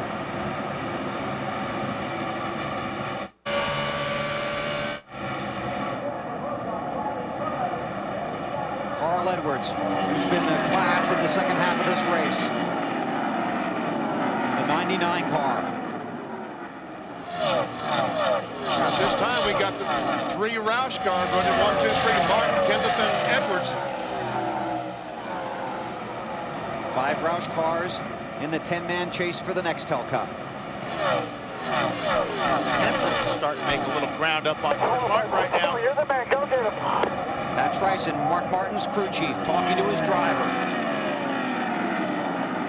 Tell you again that Matt Kenseth's crew chief, Robbie Reiser, was not here on Friday. Spent Thursday and Friday with his father in the hospital back in North Carolina. His father's been ill, battling some medical problems. Matt called his crew chief, Robbie Reiser, on Thursday, said, you stay there, we'll get it done on Friday. Robbie came here Saturday to work the practice. You're the man. Go do it, man. You're the man. Here comes Carl Edwards. Kenseth half a second back in second, and Edwards in the 99 car. Edwards that last lap faster than the other 2 cars, but you gotta pass him. Gotta pass him. Oh, he drives to the inside. It's been tricky when you get down there.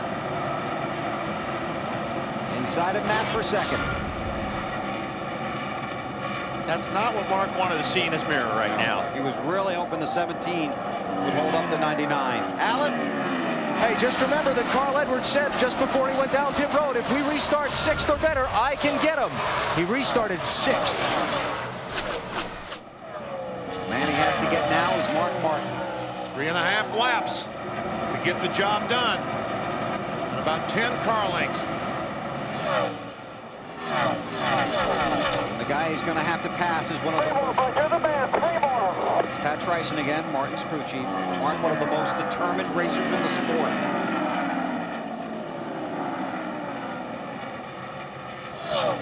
Edwards didn't really make up that much ground on Mark that last lap. No, just about 1/10 of a second. Ooh, he made up some ground there, though. On the high side. Here he comes. Off of 4. Got a good run right there, so this is going to close the gap. 2 to go. 3 miles left in the race. Mark's going to the bottom. Here goes Edwards to the top.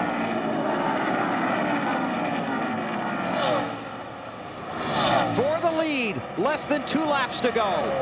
Carl Edwards around Mark Martin. Baby, don't overdo it now. Clear. 1 bank. Carl's mother watches from pit road. Last lap. Flag, you're looking at it. 3 banks. 3 banks. Pretty impressive. Unbelievable what that is. Edwards going for 2 in a row. Won last Sunday in Atlanta.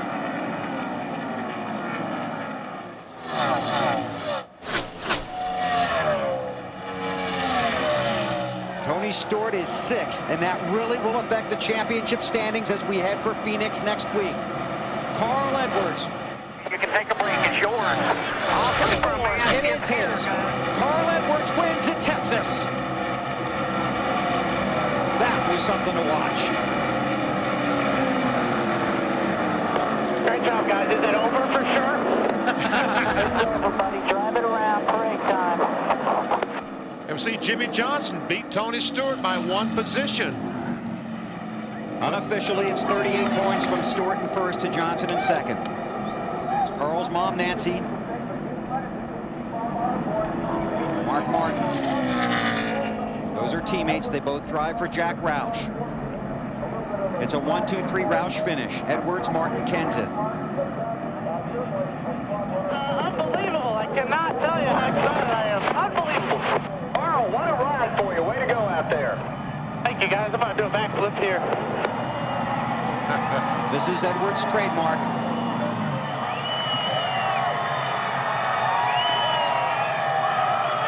And 190,000 people at what you say, the Great American Speedway. That's right. Want to see this backflip.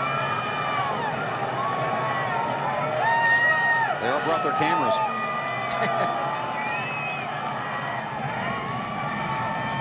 Columbia, Missouri, his 4th win of the season.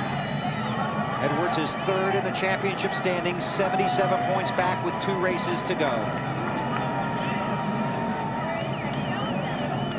There have been some amazing starts to their Nextel Cup careers for drivers, but this guy is rewriting the book.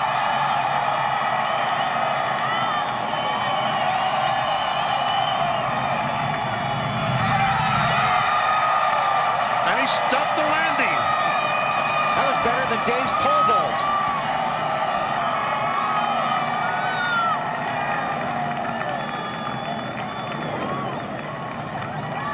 From Mom. Last words from Carl before the race starts. Thanks, Mom. I love you.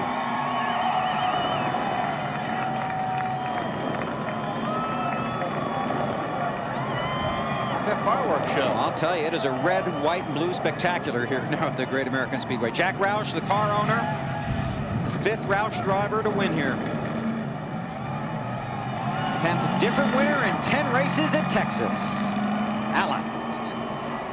I'm sorry, Marty. Well, Bill, I've wrangled Bob Osborne, and did you doubt yourself at all when you made that stop and everybody else stayed out, Bob? Oh, I was a little worried. I knew Mark and Matt would be really strong there. But at that Office Depot Ford with Carl Edwards driving it, that kid's unbelievable. I wouldn't want anybody else ever. What an amazing finish to this race, guys. Matt? And Mark Martin's climbed out. You said on the radio, great call by Pat Tryson to stay out and not pit. Yeah, it was a great call, and the best car won. Carl was spectacular, but man, we just about did it. It was a great run by the whole team, a great call, and it was close. I just couldn't beat them tires, man. I tell you, we were trying hard though. Great run. Our car was good on short runs, and it took off there on the restart, and we did everything we could do. It just came up a little short. That's the kind of points that he needed, finishing 2nd, Dave. And the 3rd place finisher also from Roush Racing, Matt Kenseth, trying to win today for some important reasons. Almost did it. Yeah, well, we try to win every week, but yeah, it's cool. Robbie made it back to the track. His dad's feeling a little bit better, so that's good. Proud of these Dwell guys. They've done a great job. Every race in Chase, except for Martinsville, we've had top 5 cars, and it's cool to come out here and run through. We led a lot at the beginning of the race, and I probably wasn't quick enough to adapt to the high side, and it might have cost me a little bit in the middle of the race. And Carl in the 6 and the 41, them guys just got a little better than us at the end. But overall, it was a great day. It was definitely a day of adjustments. When we come back, we'll hear from championship leader Tony Stewart, take you to victory lane with Carl Edwards. A big night ahead on NBC.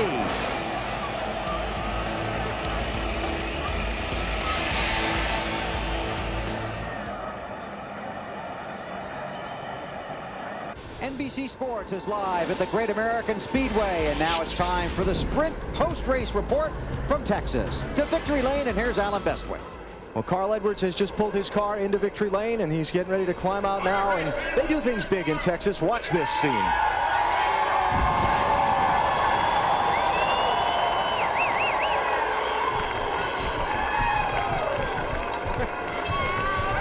It got warm here all of a sudden. Your 2nd win in a row, 4th of the season, pardon me. Congratulations. Yeah, I got to thank Office Depot, Bob Osborne and the crew for having an awesome last pit stop. I mean, that's what we needed. That was the right call. He made an adjustment for the 2 tires. It was perfect. Thank Charter Communications. But most of all, this win's for John Reiser. He's a hero to so many people, including myself. And he's a little under the weather. So, John, we're thinking about you. We're bringing the trophy home for you. I got to say happy birthday late to my girlfriend, too. But 4 wins, man. I can't believe it. Look at the smile. Carl, you said on the radio just before that last pit stop, if you get me out 6th or better, I can do it. Then you went racing. Were there questions about that once you got going in those last 11 laps? Yeah, Mark Martin, I just have to, my hat's off to Mark Martin. He almost won this race. It was only the tires that beat him. He had the best car. I was doing everything I could to stay in front of them. So their whole Viagra team did a great job. But the tires were the deal. I mean, if we could get the tires and if I didn't hit the bumps wrong and shoot the car up the racetrack, I knew we could get them. The car was just so fast. I mean, these new Office Depot Fords are rocket ships. 77 points behind Tony Stewart now, 2 races to go. 77 points. Well, we're not changing a thing. We're going out to win this championship. We're going to do it by having fun. So that way, if we lose it, we still had fun. You know, so it's a win-win situation. Just got to thank everybody. My dad, my brother back at home. I wish they were here. It's just real emotional. It's amazing to run around this racetrack with a checkered flag in my hand. It's just unreal. And you said something just before the start about your mom being here. I guess she got to see you win too. Yeah, my mom was here, and her husband Jim, and they're awesome people. I just really am blessed. I have just unbelievable opportunities. Congratulations. Carl Edwards won today here in Texas. Matt? Another top 10 finish for the championship point leader, Tony Stewart. Now, you had a great battle with probably one of the drivers you respect the most in this business, Mark Martin. He came out of his car, walked to yours. What did he say? I just apologized. I mean, I gave him as much room as I could. I was clear up against the wall, and I knew I couldn't beat him, but I wasn't going to give up any more time than I had to. And he was just trying to suck up on the door like we do on these big tracks. He didn't mean to do it, and that's what I told him. I said, at least you're man enough. About 50% of these guys would go back and run and hide back in their haulers and wait for the phone call the next day. But that's why I respect Mark Martin more than anybody, because at least he'll get out and he'll come over and talk to you about it. Whether you're going to scream at him or not, he's going to come over and talk to you about it and get it resolved right then. So no issues with him and I, and probably gain more respect for him after tonight than I had before I came in tonight. Tony Stewart finishes 6th here in Texas. Dave? Just ahead of him, Jimmy Johnson. A slight pickup on the championship chase. I'm sure you wanted more tonight. Yeah, I think, it would have been nice to, but I know how it's going to be racing the 20. He's going to run strong, and it's going to be 5 points here or there, and that's just kind of the way it is. Got 2 good tracks for him coming up. Same for us. We did it. We closed up a couple points. Pulled away from some other guys that have had some trouble. The 99's on fire, so we got to deal with him. But all in all, I'm happy. I mean, great performance all night long. The biggest problem we had was track position. We were making some big changes on pit road, trying to be prepared for the track tightening up, and had great stops on pit road with putting rubbers and stuff in. But just kind of once we came out in 10th or so and restarted outside of all the lap down cars, we'd get going 20th or 23rd, and I have to work my way through those guys, and just struggled with that a little bit with the lap traffic. But all in all, good night. Top 5, can't complain a bit. Good night for Jimmy Johnson. Marty? Well, Dave, not quite sure where to start with Greg Biffle's night. The spins, multiple, and the loose wheel. So to finish 20th on the lead lap, was it actually turned out to be a good evening? I don't think it was a good evening. We really got behind with that loose wheel. That's what set us off and got us lost all of our track position, got back there. And then, your race changes. You're racing for the lucky dog versus racing for positions. And, we made a mistake before the race started. We put a left front spring in the car that we had no laps on, that we thought was going to be more travel or better spring, and I think the spring collapsed in the left front. And about 10 laps in the race, I could feel it down on the left front real bad, and we'd take wedge out and it'd get tighter. So I knew I could feel it down on that left front, and you can't make mistakes like that in the chase. You can't make guesses, and we made a guess, and 2 mistakes tonight. That left front spring, and then left the wheel loose. And Greg leaves 122 points out of the lead. Matt? And Casey Mears stayed out, didn't pit. Your car seemed like it took a little while to get going. It took a long while to get going. After about 20 laps, we were the fastest car on the track. But the guys would stretch out so far that it took a while for us to run them back down. And I guess that caution came out there at the end. I didn't really see it. I guess it was some debris or something like that. But if it wouldn't have came out, I think we would have had a shot at the win. The call that Jimmy made to stay out, I think, was the right decision. Just because we were so bad on new tires, we would have bumped the pressures up and tried to go. But we were just worried that it would have just took a while to get going. And I think it was the right call. I mean, we stayed out there. We got a good finish. Real proud of everybody on the Target team. I mean, they had excellent pit stops all day long. A good, clean day for us. If we could just have more days like this, just good, clean days with no problems, I think you'd see more finishes like this. Ties his best career finish, Bill, with a 4th. Thanks, Matt. You're looking at the unofficial results. A race record speed, 151.078 miles per hour. Rusty took a hit. Newman took a hit. Jeremy Mayfield, well, Jeremy's been struggling ever since the chase started. Yeah. Michael Waltrip, Casey Kane, Mike Skinner. Unofficially, here are the championship standings. 2 races remain in the 2005 season. Don't you know that Carl Edwards would like to start at 10 races to go once again? Would. Man. And basically back through 6th place Matt Kenseth, the guys still have a shot with 2 to go. Don't forget, next weekend, NASCAR heads to Phoenix. Saturday on TNT, it's Busch Series Racing from Phoenix, presented by Walk the Line. That's at 3:30 Eastern. Then Sunday on NBC, it's Nextel Cup Series racing from Phoenix at 3 Eastern, beginning with the Bank of America Countdown to Green.